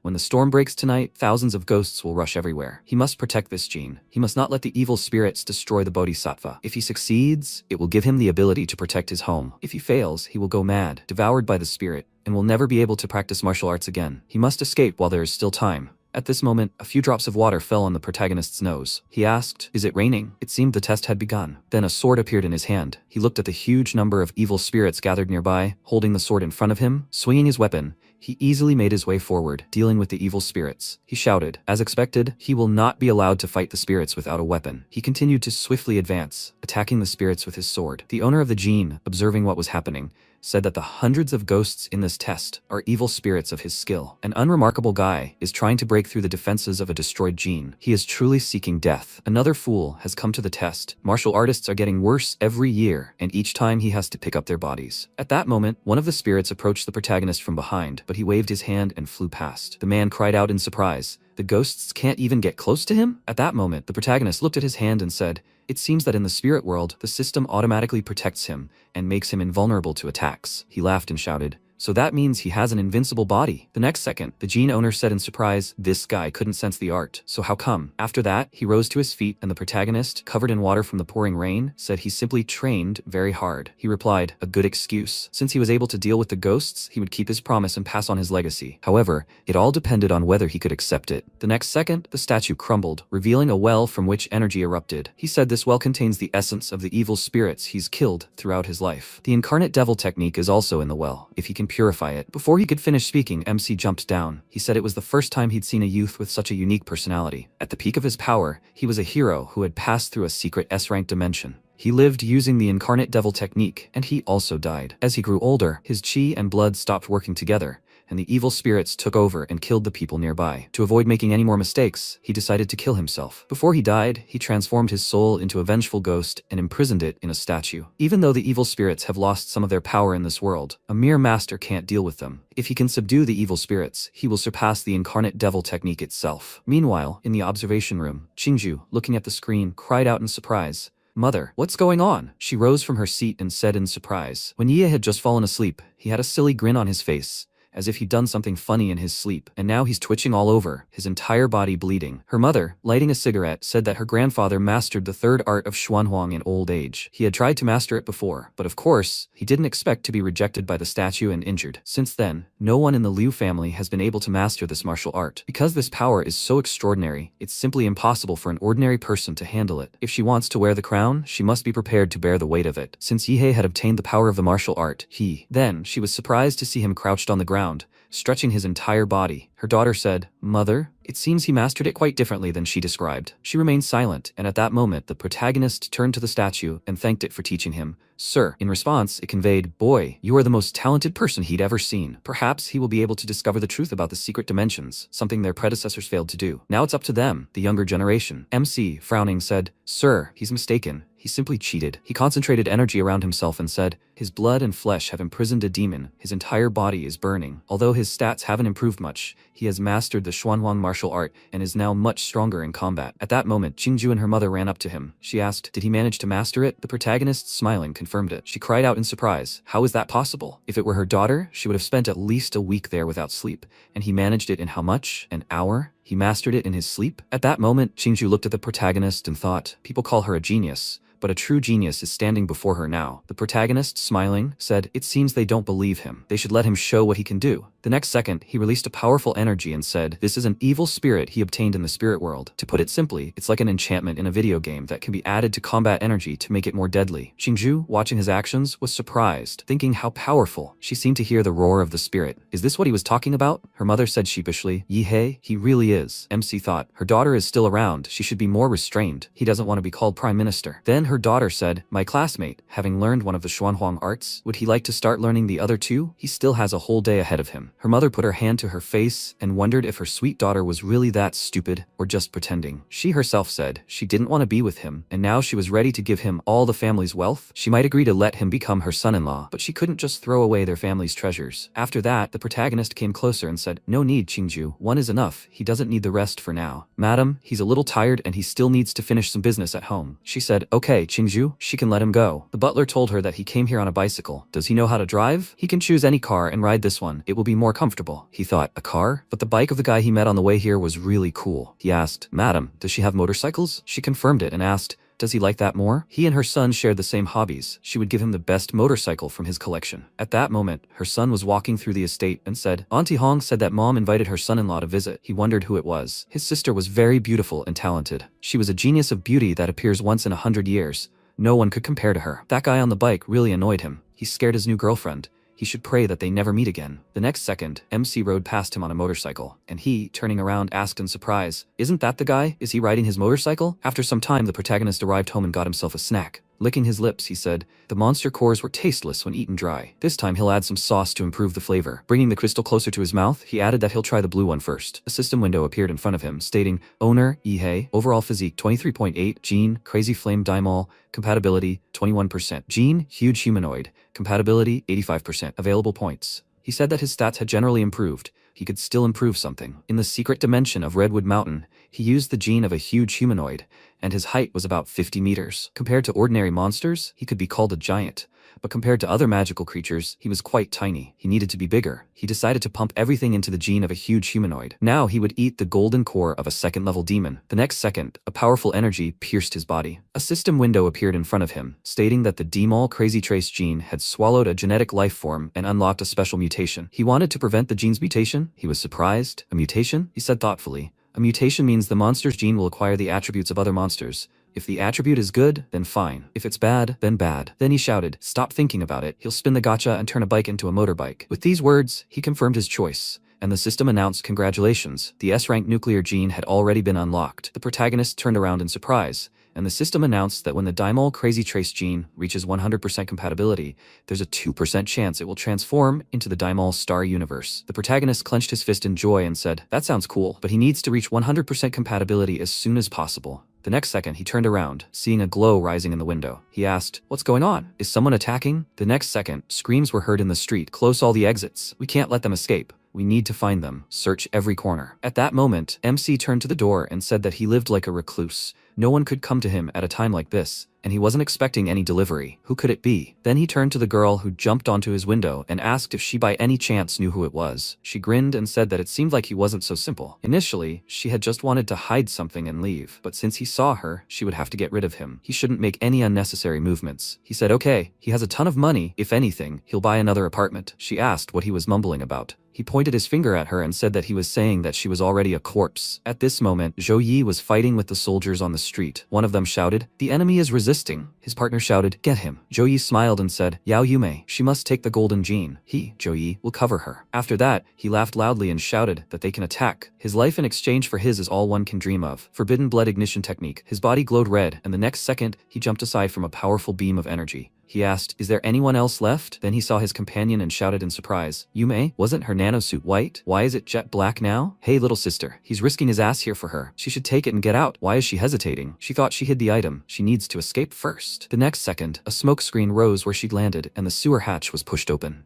After a while, they emerged, and Yume, standing by the wall, said they'd finally lost the police. Joyi stood next to her and said, "That's to be expected from the nano armor. It had already restored itself." At that moment, the protagonist approached them and said, "Dear lady," she still hadn't bothered to explain why she'd broken into his house. She must have realized she'd gotten into deep trouble. She'd intended to target his neighbor, but ended up attacking him. As a reward for breaking into his house, he'd have a good time with her. The next second, Joyi yelled in surprise, "How did he find them?" Yihei could sense radiation emanating from Yume's body. He said that if they could fight, they should stop talking. The next second, he concentrated energy in his hand and said, "Now's the perfect time to test the power of the devil incarnate on them." Joyi twisted his arms in front of him, defending himself from the attack, and thought, "This is bad." But the next second, the protagonist's punch pierced him through. Blood clots burst from his mouth. And then the protagonist added another punch, sending him into the wall. Yume, watching what was happening, said in surprise, "What martial arts skills? Brother, who's his mentor?" The protagonist pointed at himself and said that he learned from Dimol. She thought she'd never heard of him. She didn't know such a tiny town would have so many talented masters. Then Joyi told him not to get cocky, and the MC suddenly turned around and saw his transformed body. He shouted that he was a noble 6th rank master.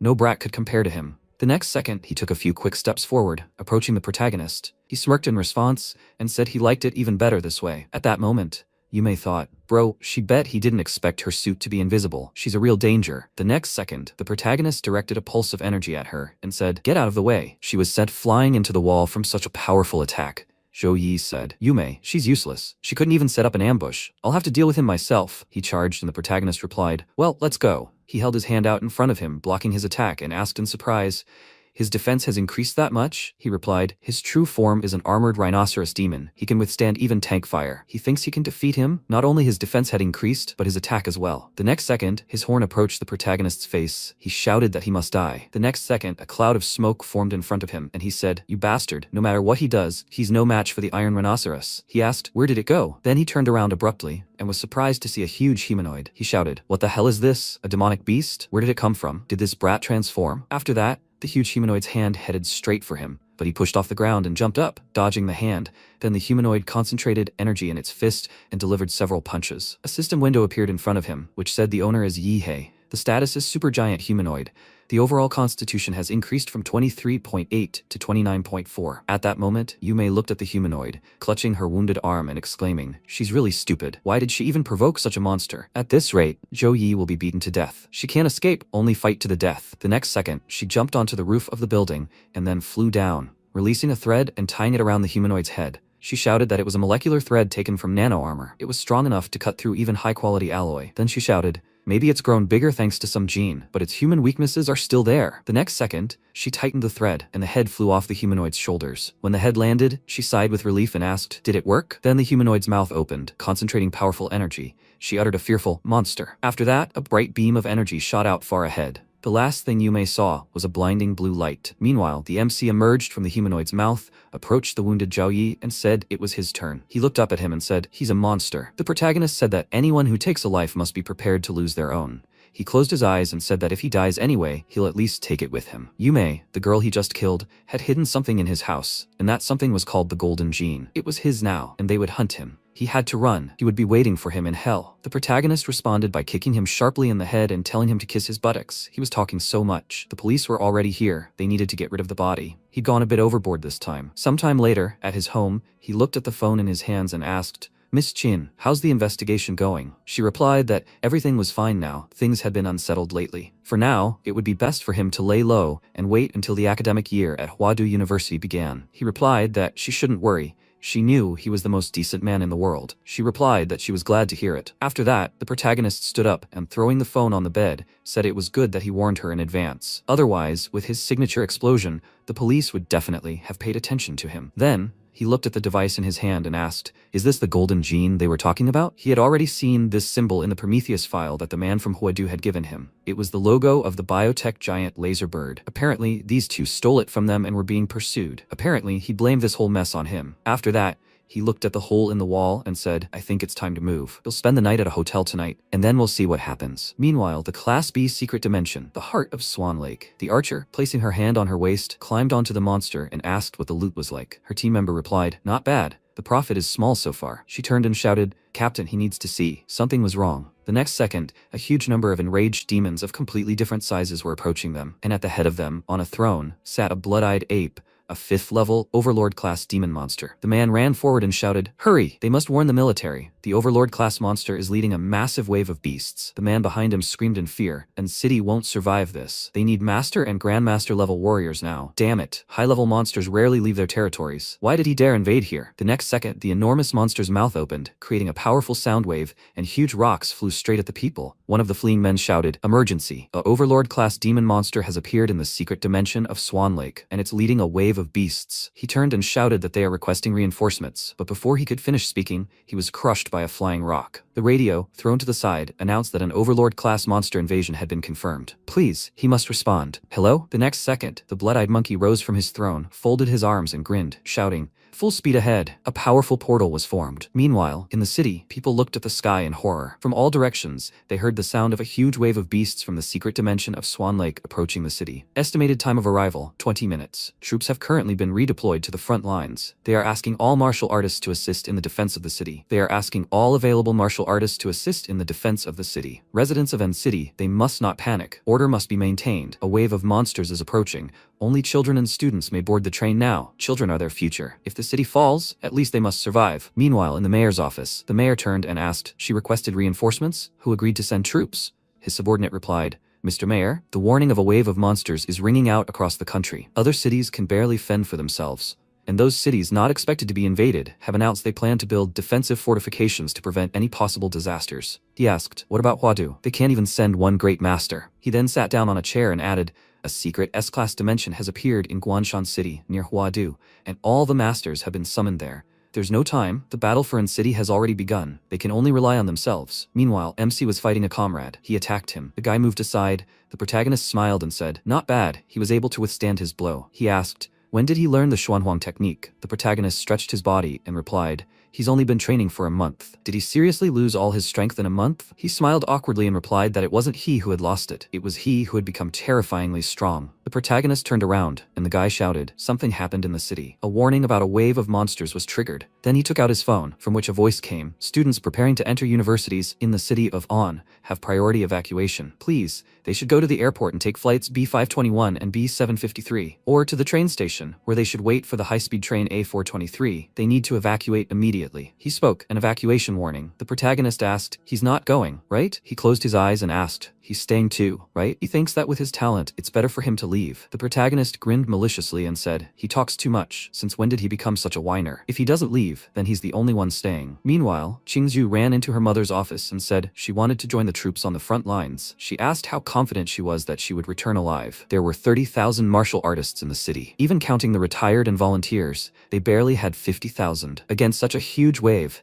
they would be like boats in a tsunami. This wave would swallow them whole. And even an Overlord-class monster, the city couldn't stop it. Only great masters stood a chance. Qingzhu, her life belonged not only to her, but also to her family. She replied, "A family of martial artists who cowardly fight monsters doesn't deserve to survive." Her mother remained silent in response, and then she left the office. After that, the mother lit a cigarette and said, "Auntie Hong, they are leaving An City." She asked, "What about that boy, Yihei?" She replied that she should send him a message. Let him make his own decision. Meanwhile, in the secret dimension, Swan Lake, John said, "Old man Chen, he's already in his 50s. Why did he come here? Shouldn't he quickly take his granddaughter to safety?" He replied, "He should go. Old man Zhang, if a cripple like him can come, then why can't he, who still has his arms and legs?" In response, he laughed and said that he couldn't believe that after 30 years, they were fighting monsters together again. He replied, "Yes, 30 years have passed since he lost his arm." "Hey, old man Zhang, when this is over, is he going to go to his son? He lives in the capital. Is he really going to go there? A country bumpkin? So that people will make fun of him?" He replied in the negative. "He will stay in the city to keep him company, the old chess stinker. He was born in this city, and here he will die." After that, they quickly rushed to the attack. Meanwhile, the entrance entrance to the secret dimension of Swan Lake. The military lined up, preparing to attack. The mayor shouted, "They are the city's last line of defense. Full combat readiness. They will not allow a single monster to enter the city." They answered, "Yes, sir." He added, 60% of the military of the entire city of An and all the martial artists have entered the secret dimensions. Vanguard, and they have only one task, to collect information on the wave of beasts and try to figure out the capabilities of Lord-class monsters and even Overlord-class monsters. He hopes that they return alive. The next second, one of the masters crawled to him, holding his wounded arm. After that, he fell to the ground. Wang Qing crouched after him and shouted, "Doctors, he urgently needs help," he said. "Mr. Mayor." He extended his hand with a flash drive and said that this flash drive contains all the data about the squad's battle on the front lines. He shouted, "Where are everyone else?" He answered, "Everyone is dead." Tears streamed down his face as he screamed, "Everyone." The wave of monsters had devoured everything. Nothing remained, not even bodies. They had to beware of the ape with bloodshot eyes. It had outsmarted them. Several thousand soldiers could have survived. The next second, several huge rocks flew through the portal, one of which crashed into the building. People were screaming, "We must be careful." The fragments of the rocks fell straight onto the mines lying there. The mayor thought in surprise,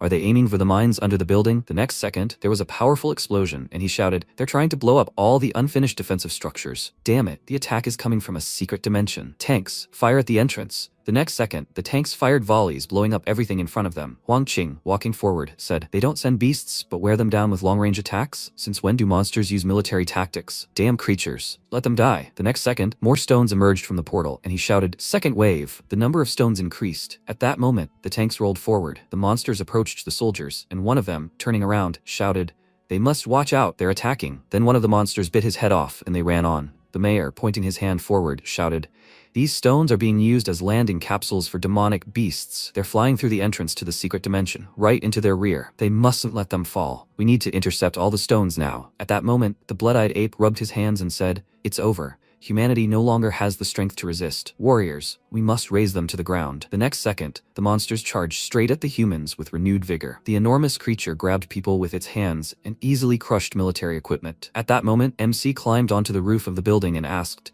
"What will happen to the city after today?" He's grown to love this city, and he's not going to let a bunch of stupid monsters ruin the beautiful life he fought so hard for, so he's going to do it. At that moment, he transformed his body and jumped down. Meanwhile, one of the warriors, turning to his comrade who was attacking the monster, shouted, "Brother Luo, he never disappoints. You've already killed 5 demonic beasts." He replied, "Not bad." Xiaoling put her foot on the monster's head and asked, "Is he showing off, killing only a couple of low-level monsters? Xuan, and he calls himself #1 in An City? What a joke." He looked at her and shouted, "She." Then he looked to the side and asked, "Jove, the blue core in his hand, did he finish off the 3rd-level monster himself?" He replied that he didn't think he'd meet them here. They decided not to evacuate. Their parents are martial artists. They're fighting on the front lines. How could they? Their children escape, right? At that moment, Xuan pointed behind him and shouted at him to be careful. A tank was flying right above him. A cry rang out. "Who threw that tank here?" Chuzhov swung his sword, and Xiaoling turned around and said, "It looks like it was there. Isn't that a lord-class monster? How did it break through to their rear?" Jav ordered them to calm down. "It's not a lord. The creature's size and aura are different." The enormous creature swung its enormous fist toward the adventurers, and Jav thought, "Oh my god." There was a bright explosion,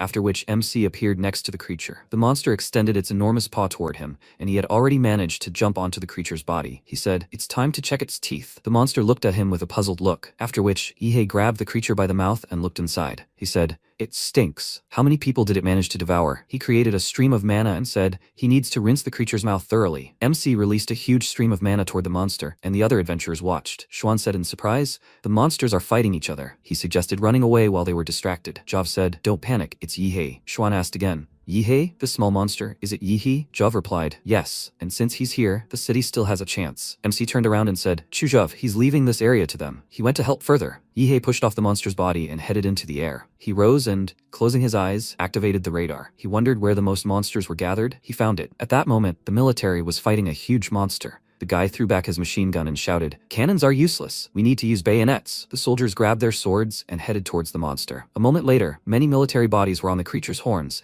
and a soldier shouted, "Captain, they're retreating. They can't hold the line anymore. They're just ordinary soldiers. They can't defeat them." The captain turned around and ordered no retreat. He approached the monster and chopped off its head. The man screamed, "They're soldiers. They'll buy time until the masters arrive, even if they have to die." The soldier looked around, seeing dark shadows around him and asked, "What's that, really?" The man asked, Are those martial arts masters? Shadows covered the creature's body, and then a bright beam pierced the monster. It fell to the ground, and the other monsters began to scream loudly. MC stretched his hand out in front of him and began attacking the creatures. In another battle zone, a guy asked, "Reinforcements?" No, he thinks they're all moving in the same direction. The girl pointed to the phone and said, "It's Yi-He. The city's best disciple has joined the battle. Monsters are surrounding him from all directions. They can't let him die at the monster's hands. He needs help." The guy spoke up. "He's still a child, and he's their last hope." He ran forward and offered to shoot the demonic beasts. They need to protect their best disciple. The MC attacked the creature, and the boy shouted loudly, "Be careful. A Lord-class beast has attacked Yi-He. They need to protect him. Morons. If they want to kill the pride of An City, they will have to fight him first. They will kill them. They are saved. Humanity will win, and the monsters will rot in hell. They need to hold the line. Reinforcements are almost here." Someone shouted, "Old people. Are they worse than school children? They will not let the younger generation laugh at them. There is no need to wait for the best student to arrive. Their defenses have been broken through. We must drive out every single one of these monsters." The enormous creature ran towards the high barrier that Huang Qing had created. He spoke, "The walls, imbued with earthly energy, can only hold back some of the monsters. To completely stop the invasion, they need to eliminate the Lord." The creature rushed towards the mayor, who cupped his hands near his face and blew into the crack. A large energy stream headed towards the monster, when suddenly Huang Qing turned around and saw the monster's enormous head. He frowned and said, "King of the 4th level mountain giant crocodile, Lord class." He thought, the blood-eyed ape's mount. If it entered the battle, that means this terrifying ape is getting nervous. The mayor created a barrier, causing everything around him to distort. The creature looked in his direction and he asked, "Does it think he doesn't know it's good at earth-type attacks?" He used that on purpose, and it took the bait. A huge stream of fire pierced the creature's body, leaving a huge wound. The monster opened its mouth, causing huge spikes to appear everywhere. Huang Qing frowned and thought. Luckily, he received information about the mountain crocodile in advance and evacuated the fighters in time. Otherwise, who knows how many casualties there would have been. The mayor rushed towards the monster again and screamed. If it had crawled out completely, he might have spared the creature a little, but it only stuck out its head, begging to be chopped off. Long arms covered in bright mana appeared from its back. Huang Qing began to strike the creature, when suddenly spikes appeared in front of him again. The mayor said that it was expected of a king. It can even grow stone spikes on its body. At that moment, he felt a gaze and quickly turned around, thinking, a trap? A huge hand grabbed Huang Qing by the head, and the creature asked, "Stupid man, what are you doing with the monster's pet?" The mayor thought, "It's a blood-eyed monkey, so it was hiding in the stone." The monster screamed, "Now it will crush his head, so that everyone will see how insignificant humans are before the monkey." It swung its huge paw, trying to slam Huang Qing into the ground. The monkey looked at his palm and said, although the explosion happened instantly, he was already convinced that there were no more strong warriors left in their city. Now it can safely destroy everything. Huang Qing held his forearm and frowned with displeasure. He raised his hand and released a stream of mana, which transformed into a huge creature. The monkey said, "Human, resistance is useless. He is simply delaying the inevitable. There are no more enemies on this battlefield. This has all turned into a game for the creature, a game that will force humanity into the abyss of fear and despair. It can't wait to see these emotions on the faces of the strongest people." The creature laughed loudly, and Huang Qing's energy directed towards the monkey. It said, "It's fast, but still too weak. The power is good, but the speed leaves much to be desired." It rushed towards Huang Qing and ordered him to kneel. The creature doesn't like it when lower beings look down on the monkey. Huang Qing looked at the monster in fear, when suddenly it attacked. The monkey looked thoughtfully towards the guy who landed on the ground. It asked, "Why isn't he afraid?" Huang Qing again created a flow of mana and asked, "Monster, does he think he's the smartest? Ultimately, it's just an arrogant wild animal." The guy sent a thread of mana towards the creature, which screamed. Did he lure the monkey into a prearranged trap? Clouds were gathering over the city, and Huang Qing looked at the monster. The monkey screamed, "Is this his plan? Does he think he can imprison the monster underground? He's too naive. He can't keep the monster locked up forever. As soon as he gives in, it will break out and tear all the people here to pieces." Huang Qing laughed and said, "This is not a backup plan. This is a hymn to humanity. This is a hymn to courage." He tore out his heart, surprising the monkey. It asked, "What is he doing?" Huang Qing replied, "At the beginning of the war, he planted a nuclear warhead in the city. The trigger is implanted in his heart.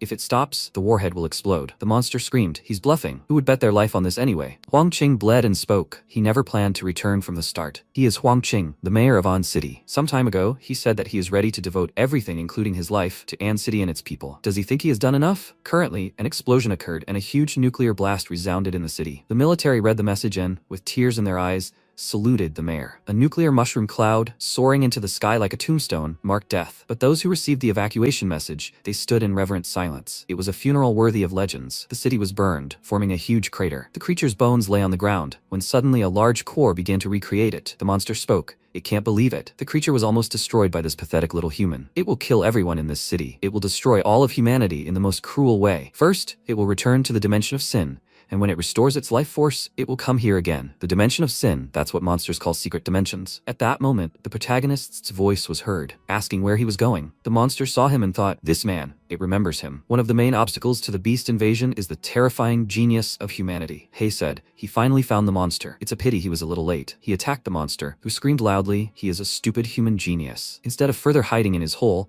he decided to go against the creature. This is the perfect chance to kill it. MC smirked and said, if it wants to escape, his mini-bomb most likely won't be able to reach the monster. But since it wants to die so much, the monster said, terrible person. He attacked the monster with his electric discharge, after which a huge hole appeared in the creature's body and a bright glow illuminated everything around. People started talking. Let them look. Another nuclear bomb exploded? What's going on? Is this another trap of Mayor Huangqing? He really thought of everything. The monster's body dried up even more and acrid smoke began to come out from it. The monkey spoke. Monster. He is an even bigger monster than it. Even monster lords don't have such a terrifying aura as his. MC spoke. He doesn't look like a monster. Bald monkey. His huge hand reached out to the monster and threw the creature back. He said, there's no use running away, little monkey. The monster swung its fist and ordered not to underestimate the overlord. MC attacked the creature and threw it aside. He said, after all, it is an overlord class monster, although battered and looking like a skinny jackal. But it was a jackal in fact. In armored form, his overall constitution became more than 30, but he didn't think that he couldn't suppress the creature with force. It even managed to injure his arm, but that wasn't enough. The monster asked, it put all its strength into this last blow. And he has already healed? No, it can't defeat this genius. It started to run away and screamed, it can't win, it can't win. Yihei went after the creature and said, idiot, it doesn't deserve Mayor Huangqing's sacrifice. He attacked the creature, which began to dissolve and said, damn human genius. Yihei said, this monkey burrowed into the ground and pretended to be dead. But that means it's afraid that the creature will be found. It was wounded more than ever. This is a great chance to finish off the monster. It seems that overlord-class magical beasts can completely conceal their presence. If he had discovered it earlier, Mayor Huangqing might not have. He froze and then screamed.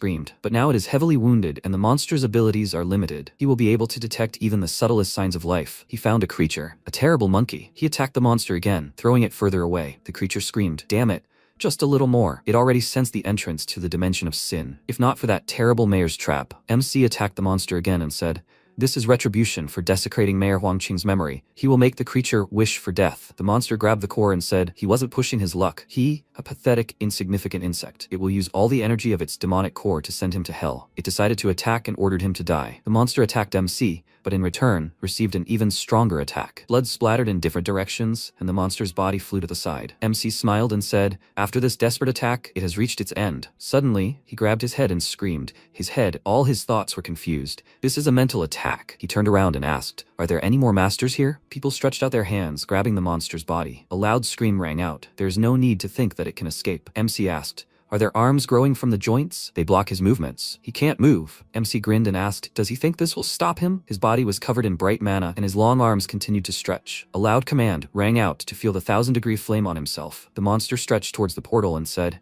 he is almost at the entrance. Suddenly, there was a bright explosion, after which the monster screamed, hurry, the giant is already close. It's literally on fire. Faster, faster. His hands stretched upward, and loud laughter rang out. MC asked, what the hell is this? Is this some kind of monster too? Such terrifying power, could this really be an overlord too? If this one's true body appeared, he was afraid he would run away in the first second. After a while, the huge creature opened its eyes and began to attack. Yahello held his head and spoke. He had blocked the supergiant humanoid's hearing, but this strange scream still penetrated straight to his brain. After a while, he asked, has it killed so many people, and now it wants to just leave? Don't even dream of it. He stretched his hands forward and began to attack. He broke free from the shackles and showed the middle finger, shouting, this is their local delicacy, a nuclear bomb. He hoped the monster would like it. The huge head was covered in mana, and then there was a bright explosion. People began to talk among themselves. Let everyone see. A secret dimension rift. Does it sound like it's exploding? Something's wrong. The monsters have suddenly gone berserk. Did the mayor's plan work? They need to pull themselves together. They won't let the mayor's sacrifice go to waste.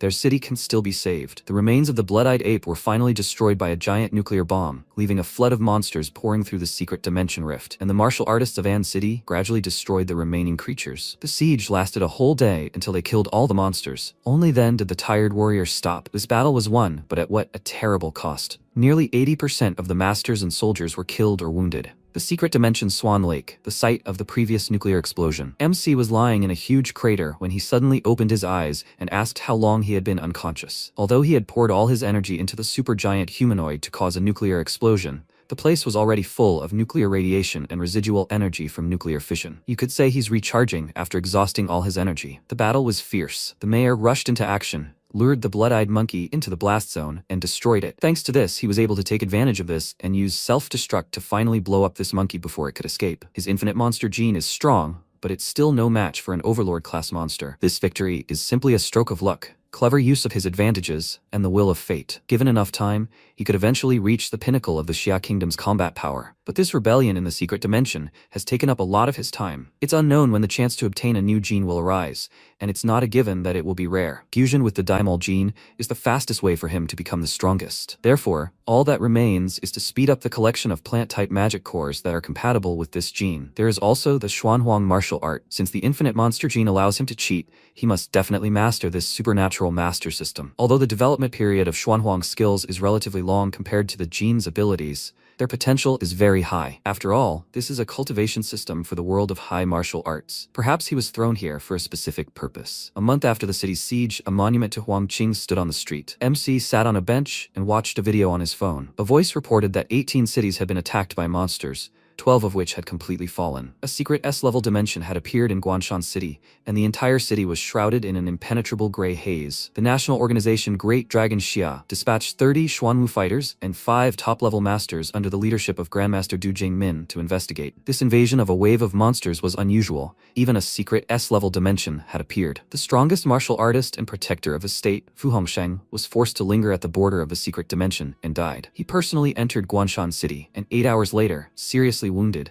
he led out the 2 surviving masters. After that, Guanshan City became the 11th forbidden zone for life. The deaths of 1,800,000 people are confirmed, Yihei said in surprise. Even the protector of the state. Has humanity's situation on Blue Star really become so hopeless? No, he can't wait any longer. After a while, MC said, Miss Qin, he wants to ask her for a favor. Qinlan asked, he wants to learn the remaining 2 Xuanhuang skills of the Liu family? MC thought, Miss, is that really how he looks in her eyes? Yihei replied, no, that's not why he's calling. He would like to ask her to help him acquire several high-quality plant-type magic cores, preferably blue ones, or even purple Lord-class cores. Qinlan said that plant-type magical beasts are already rare, and Lord-class cores are extremely valuable. His demands are immodest. If he wants so much, what can he offer her in return? Yihei said that at the beginning of the school year, Huadu University holds a secret dimension exam for freshmen. He could team up with Liu Qingzhu and help her take first place. Qinlan's eyes flashed, and she said that perhaps he was underestimating the geniuses from other provinces too much. Qingzhu's strength compared to last year's freshmen could only reach the average or slightly above average level, not the top. Although he surpassed Qingzhu in sparring, he was still slightly inferior to the best geniuses. MC asked, but, Madam Qin, she decided to entrust the rebirth of the Liu family to him, right? He could write a promissory note. If he and Qingzhu don't rank first among the freshmen, he pledges to work for the Liu family in any capacity and take care of them for the rest of their lives. Qinlan laughed and asked, work in any capacity, he says? She rose from her chair and said, okay, she'll help him. Sometime later, at the central hospital of N City, many people rejoiced when they saw Yihei and loudly said that it was not for nothing that he was the best student. They had all suffered so much, but nothing happened to him at all. He had heard that he had killed many monsters during the invasion. Maybe he could give her an autograph? He thanked them, refused to give an autograph, and thought that he didn't know he was so popular. He entered the ward, laughed loudly, and asked, wasn't this Jov, the #1 handsome man of Ant City? Now his day had come. He got angry, and because of this, he asked, he came to visit a patient, right? Xuan waved his hand and greeted him with a smile. He looked at him with a puzzled expression and asked, who is he? He stated his name and said that he was his first opponent in the qualifying tournament. Had he already managed to forget about it? He looked down with a small smile and said that he shouldn't look at him like that. He still has half a leg, and he's not completely hopeless. He could have an operation to restore the limb, or as a last resort, wear the latest combat prosthesis from a laser bird. The protagonist looked at him and thought that losing a leg while defending the city at such an age was admirable. He received a call on his phone. He took it out and said that he was already tired of these calls. It was really annoying. He did not answer this call, but immediately after that he received another call. The director called him and loudly asked how he could block such an important person from Huangdu. He must unblock his number right now. He agreed to this, after which an unknown person called him, greeted him and said that his name was Wang Tao.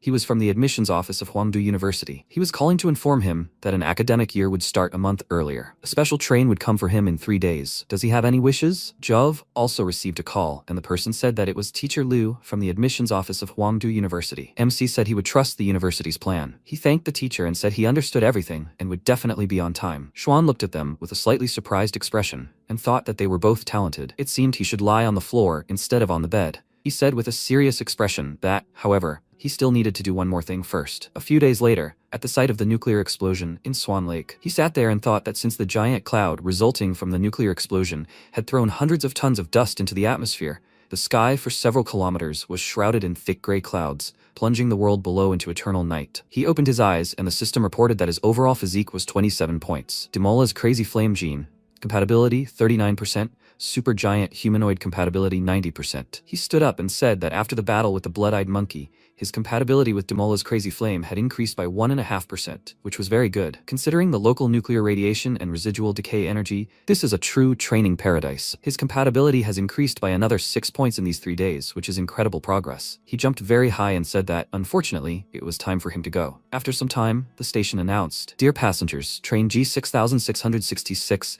to Wangdu West Station departs in 5 minutes. Passengers who haven't passed ticket inspection are advised to hurry." Zhav felt something, looked to the side, and thought he was here. At that very moment, Yihei landed at the station, took a deep breath, and said he made it. People immediately looked at him and said his heart nearly stopped. He thought some super demon had appeared again. What a powerful aura. Even high-level masters aren't that terrifying. That's why he's the pride of their city. He said with a slight smile that he had grown stronger again. He stood with a serious expression and thought that he would soon leave this city. This is the place where he ended up after being reborn and started anew. With this, he bid farewell to An City. He walked to the train with a smile and said that it was time to go to Huangdu. They entered, and Zhav asked if he could be a little more serious. The protagonist looked at him and asked, "Are all the best of the best here?" He agreed, and said that even this train was made of the most advanced designs and materials, capable of easily withstanding an impact force of several thousand tons. However, this train was guarded by no less than 5 Xuanwu masters, and perhaps there were even great masters here keeping order. After all, the most talented and outstanding geniuses of the Xia Kingdom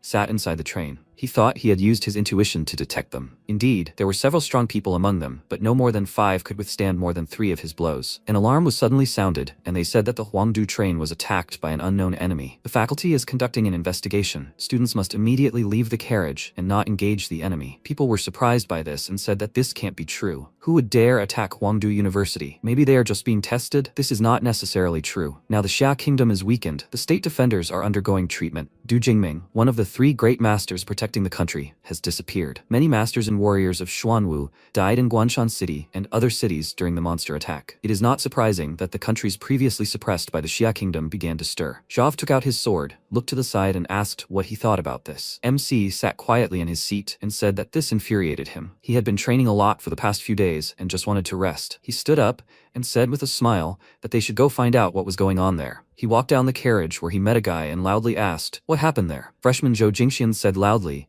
that the enemy had already captured the first 3 carriages. The enemy had a special ability that pulled people into an isolated space so that the residual effects of the battle would not affect the outside world. Inside, terrible enemies were pursuing everyone without exception. Almost all the teachers guarding them were killed. They united and pulled him out of there so that he would warn them. They must escape from here. This is not a drill. Another man came to them and asked if he had proof. He said that there was danger ahead. He had to prove it. Freshman Yan Zhengsheng asked why he had conveyed a message from the teachers and other wounded and was the only one who got out. He had friends in the front carriages. They were strong enough to compete for the title of best freshman. He did not believe that he was able to get out, but they did not. The other students agreed with him, and he said that he should move over. He would go there. They passed by, and Jingxian loudly asked them to stop and said that he was serious. It was really very dangerous there. Why didn't they listen to him and go to meet their death? He looked to the side and asked, "He's Yihei, right?" He thought with a serious expression that something was wrong with this student. He asked how he knew about this. He said that a girl named Qingzhu showed him his photo. She told him to find him and tell him that he never went into the first carriage. He was surprised by what he heard and asked, "Did she really say that?" He agreed and said that she protected him by taking the blow. He started crying and said that he couldn't stop those guys who were seeking death. However, he had to fulfill that girl's last will and help him survive. He hit him on the head with a displeased look and said loudly that she was not dead yet, but he was already talking about her last will. He asked,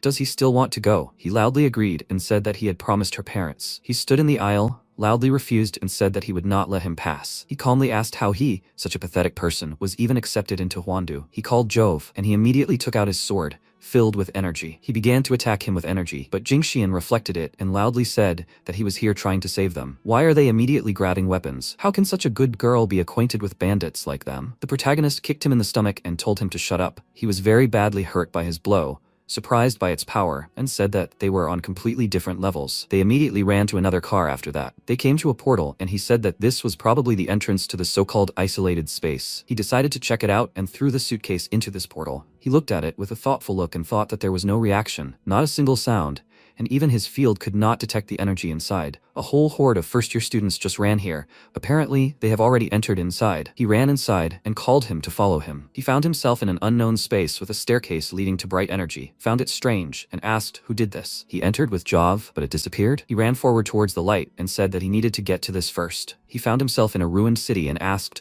"What is this anyway?" The field is not responding. Is it blocked here? He jumped very high and said that the old method still works. He concentrated the energy in his hands and said that they don't have to try to play these games with him. He released all this energy upward and created an explosion. People nearby saw it and asked, "Is this such a powerful explosion? What's even going on? Who is this master? Why is his appearance so pathetic?" The injured Qingzhu looked at this and asked why he came here. MC looked down from the roof and said that it seemed like he had attracted the attention of not only his classmates, but also his enemies. A man in a pig mask with a mask on a chain was walking towards him. He jumped towards him, swung his fist filled with energy, and said that it was immediately obvious that he was worthless. He would rip off his mask and kill him. His opponent swung his weapon, and they attacked each other at the same time. He looked at this and wondered if anything had happened to him after his attack. His opponent stabbed him with his weapon, but he only smiled and asked, did he not expect his regeneration to be so fast? He can block his blow with his muscles. He lacks strength, but his weapon is strange. It seems to ignore defense. What is he even like? He opened the pig's head and said loudly that he should let him admire it. He opened his mouth, released a powerful stream of energy into it, and said loudly that he should taste its power. He killed this monster and said that he was an honest man, promised to kill him, and kept his word. His attention was drawn to the body and he asked, "Is there something inside?" He took out the pendant and asked, "So, is this really a test from Huangdu? Kill monsters and collect loot?" This monster's weapon is apparently enhanced by the aura of high-ranking martial artists, making it unusually sharp. Once the aura dissipates, this weapon will return to normal. What are these pendants for? Do we really have to look for masked men and take them away? He was shot with an arrow, but he broke it with energy, turned around and asked, "Is there another one?" He ran with a smile to the one who did it, and said that he hates ambushes the most. He was surprised when he noticed another arrow flying out of the ground. The stranger fired a few more shots from his crossbows, and all of these attacks hit Yihei. He looked at his opponent with a smile and asked, did he think he could kill him with this? He quickly transformed and delivered a very strong punch to him. With this blow, he destroyed the building, and the people who saw it were very surprised and asked what happened there. He calmly walked on the ground with a broken spear in his hand and asked who the guy was who almost killed him. He saw a man with a rabbit mask and asked, "So, these are really the symbols of the year?" His opponent concentrated all his strength in his legs and jumped towards him with incredible speed. In response, he struck with a kick, but the opponent jumped over it. He was a little surprised by this and asked, does he know martial arts? The opponent was about to attack him with his spear, but someone nearby used the ice wall skill and blocked this strike. Jov created several walls in which he trapped the opponent. He jumped towards him and loudly said that it was close. He should leave it to him. He delivered a strong blow with his sword, but the opponent jumped aside. Immediately after that, they began to deliver many rapid blows to each other, but they could not connect. The opponent noticed that the tip of his spear was covered with ice. Immediately after that, he delivered a strong blow with his palm and threw it aside. The man in the hair mask was surprised when he saw a large hand reaching out to him. He transformed, grabbed it, and said that he finally caught it. A few minutes ago, two people were sitting in the building and asked why it suddenly became so quiet. Did the guy who burst in die? Most likely, that's it. Dozens of their men ambushed those masked guys, but none of them were injured. Their weapons can penetrate any defense. They can't deal with them. However, the one who burst in here and shot into the sky is too arrogant. Apparently, a student from the provinces who entered Huangdu, an ordinary frog in a well, who imagined himself as someone important. Honestly, top students from big cities are on a completely different level. She heard that Zheng Xiong and Ouyangze from Modu, Lan Yuxi from Shendu, and Xin Chen from Luli Island have already started killing the masked men. She doesn't know how they did it. How strong are they? Then this year's champion will be one of them. That's not true. It has always been the disciples from Huangdu. Disciples from other provinces are simply no match for these demons because they have received different cultivation resources since childhood. They saw a bright burst of powerful energy and asked, what the hell was that? An electromagnetic cannon? Where could that even come from? The disciples also saw this beam of energy, and Zheng Xiong asked what he thought of it. Ouyang, with a calm expression, said that this attack didn't look like the style of those masked men. Most likely, it was a freshman technique. He killed the masked man, holding 4 pendants in his hand, and asked, who else could have such power besides a few people from Huangdu? He needed to go there and check. After all, they had already collected the rat, dog, monkey, and horse pendants. Yusi from Shendu has at least a goat pendant. He said that Chen from Liuli Island has a snake pendant. Freshman Qingzhu even managed to kill the Minotaur and received the Ox Pendant. If there really are 12 of them, like the animals in the Chinese zodiac, then only 5 remain: the pig, the rabbit, the rooster, the tiger, and the dragon. As for the dragon, touching it is fatal. It's a boss that you can only run from, not fight. The freshman who created that blue beam definitely has several pendants. Chen and Yusi will most likely go there too. This game has already entered its final stage. If they want to win, they must take the pendants from others. At the same time, the main character took the pendant, and Jav looked at it and asked, "What is it?" He said that before he arrived, he had already killed the guy in the pig mask, then took a pendant with the corresponding hieroglyph from his head. If he's not mistaken, they need to collect all of this. He asked, "So, they'll hunt the guys in masks?" He agreed and said that when he was on the roof, someone shot arrows at him. It was probably one of them too. Most likely he got scared and ran away. However, his arrow grazed him, so he would be able to track him down. After that, they walked down the street together, saw traces of a battle on the ground, and he said that someone had already managed to get here first. The ground was still warm. They hadn't gone far. Jav realized that they were somewhere nearby, sharply drew his sword, and released an ice wave. With this attack, he hit Yusi, and she said that her optical camouflage was detected. First year Chen ran to her and used the Fire Demon Gen combat form. He struck with a flaming palm and destroyed the ice. He called out to her with a smirk and said that she had been discovered. This camouflage was too weak. She sked in displeasure and asked, why did he even care? MC asked if they were ambushed. She said he misunderstood. They dealt with the guy in the rooster mask, and then hid here to lure the others out. He looked away with a serious expression and asked, "Then what does this mean?" He abruptly grabbed her by the throat and the illusion immediately dissipated. She stood to the side and said with a displeased look that he even figured out her clone. It seems he is not that simple. Chen laughed about this and said that he did not expect her sneak attack to work, otherwise it would be too boring. He threw his cigarette on the ground and said that now it was his turn. Suddenly, his neck and cheeks became abnormally large. He opened his mouth and blew a large amount of smoke in their direction. They both immediately jumped back from this attack. Yusi took out a fan and said that they should not even think about escaping. She waved her fan and released a wind, which directed the smoke towards them. He created a flame in front of him and said loudly that that's not all. He released a large amount of fire energy into this cloud of smoke. He began to laugh and said that he may be strong, but he was still no match for them. He clapped his palms very hard to disperse the cloud and asked what he found funny. Chen was very surprised by what happened and asked loudly, "Was one clap enough to disperse his fire cloud? What kind of power is that anyway?" At that moment, he ran up to him very quickly,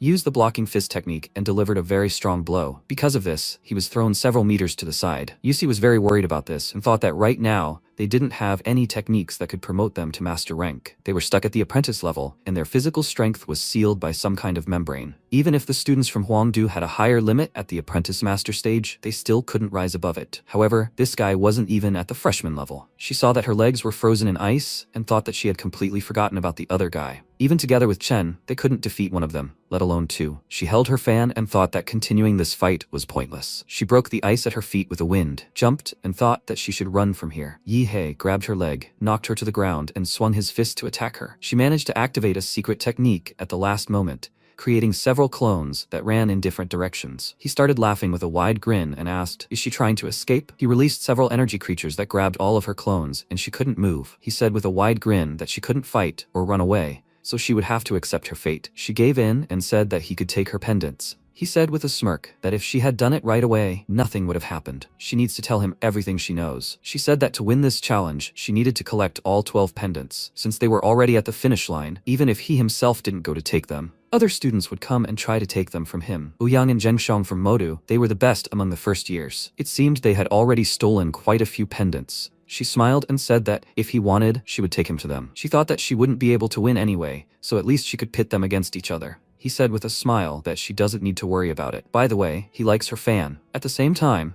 a group of freshmen were running through the city, and Ouyang said that Chen and Yusi should have found them by now. Whoever wins, they will just take the pendants from them. All they can do is temporarily save it for them. Zhengshang was very surprised when he saw something, called him and said that he should look there. Coming closer, they saw the dead Chen lying on the floor. A few minutes ago, he walked by this place and said that this guy is really a monster. Yusi is probably already dead, right? It seems he left a mark on him, so he will definitely come for him. Looks like he will have to team up with the rest of the freshmen. He heard a loud sound, turned around abruptly and saw a man with a sword walking towards him. He saw his mask, and with a shocked expression asked, "Is that really a dragon?" The enemy killed him very quickly, with one blow of the sword, and was holding 2 pendants in his hand. Currently, Zhengshang examined his body and asked why he died here, in this terrible wound. Ouyang stood nearby and said that it was the dragon who did it. A perfect killing blow, without any unnecessary movements. It was clear that the enemy was far superior to him, and the only one capable of this was the dragon. He asked, however, shouldn't he be in the underground parking lot?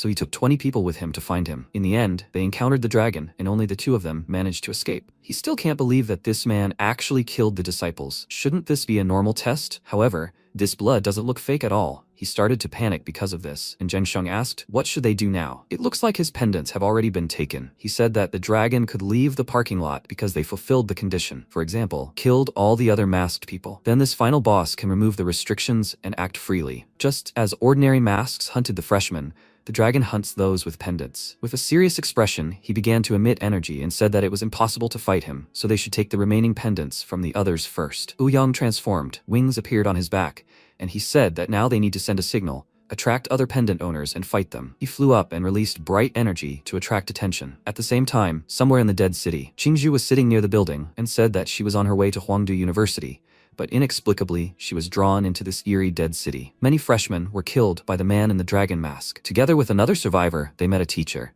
and he said that he could only lead one person out of here. She can't leave, not when something like this is happening. She definitely needs to tell this idiot not to get involved. I wonder if that runaway freshman met him? Unfortunately, she doesn't have the strength to look for him. He shouldn't lose unless he encounters a dragon. She looked away with a worried expression and wondered if she had been discovered. She wouldn't be able to escape in this state. The enemy has already detected her aura and will definitely want to take the pendant from her. She doesn't really need it, but Yihei will definitely come in handy. Right now, she can't fight head-on. She can only lure the enemy here. Ouyang noticed her and said that during the entrance exams, when he heard that a person who awakened the demonic bird bloodline appeared in the fallen Lu family, he specifically decided to look into her information because they have a convergence of bloodlines. It seems she has an ox pendant. This is a really pleasant surprise. Is she moving because she wants to lure him to the dragon's underground parking lot? She's so naive. The dragon had already left there and there was nothing to do in that parking lot. He flew to her, loudly called Zheng Xiang, and said that he should wait for him here. He was going to catch someone.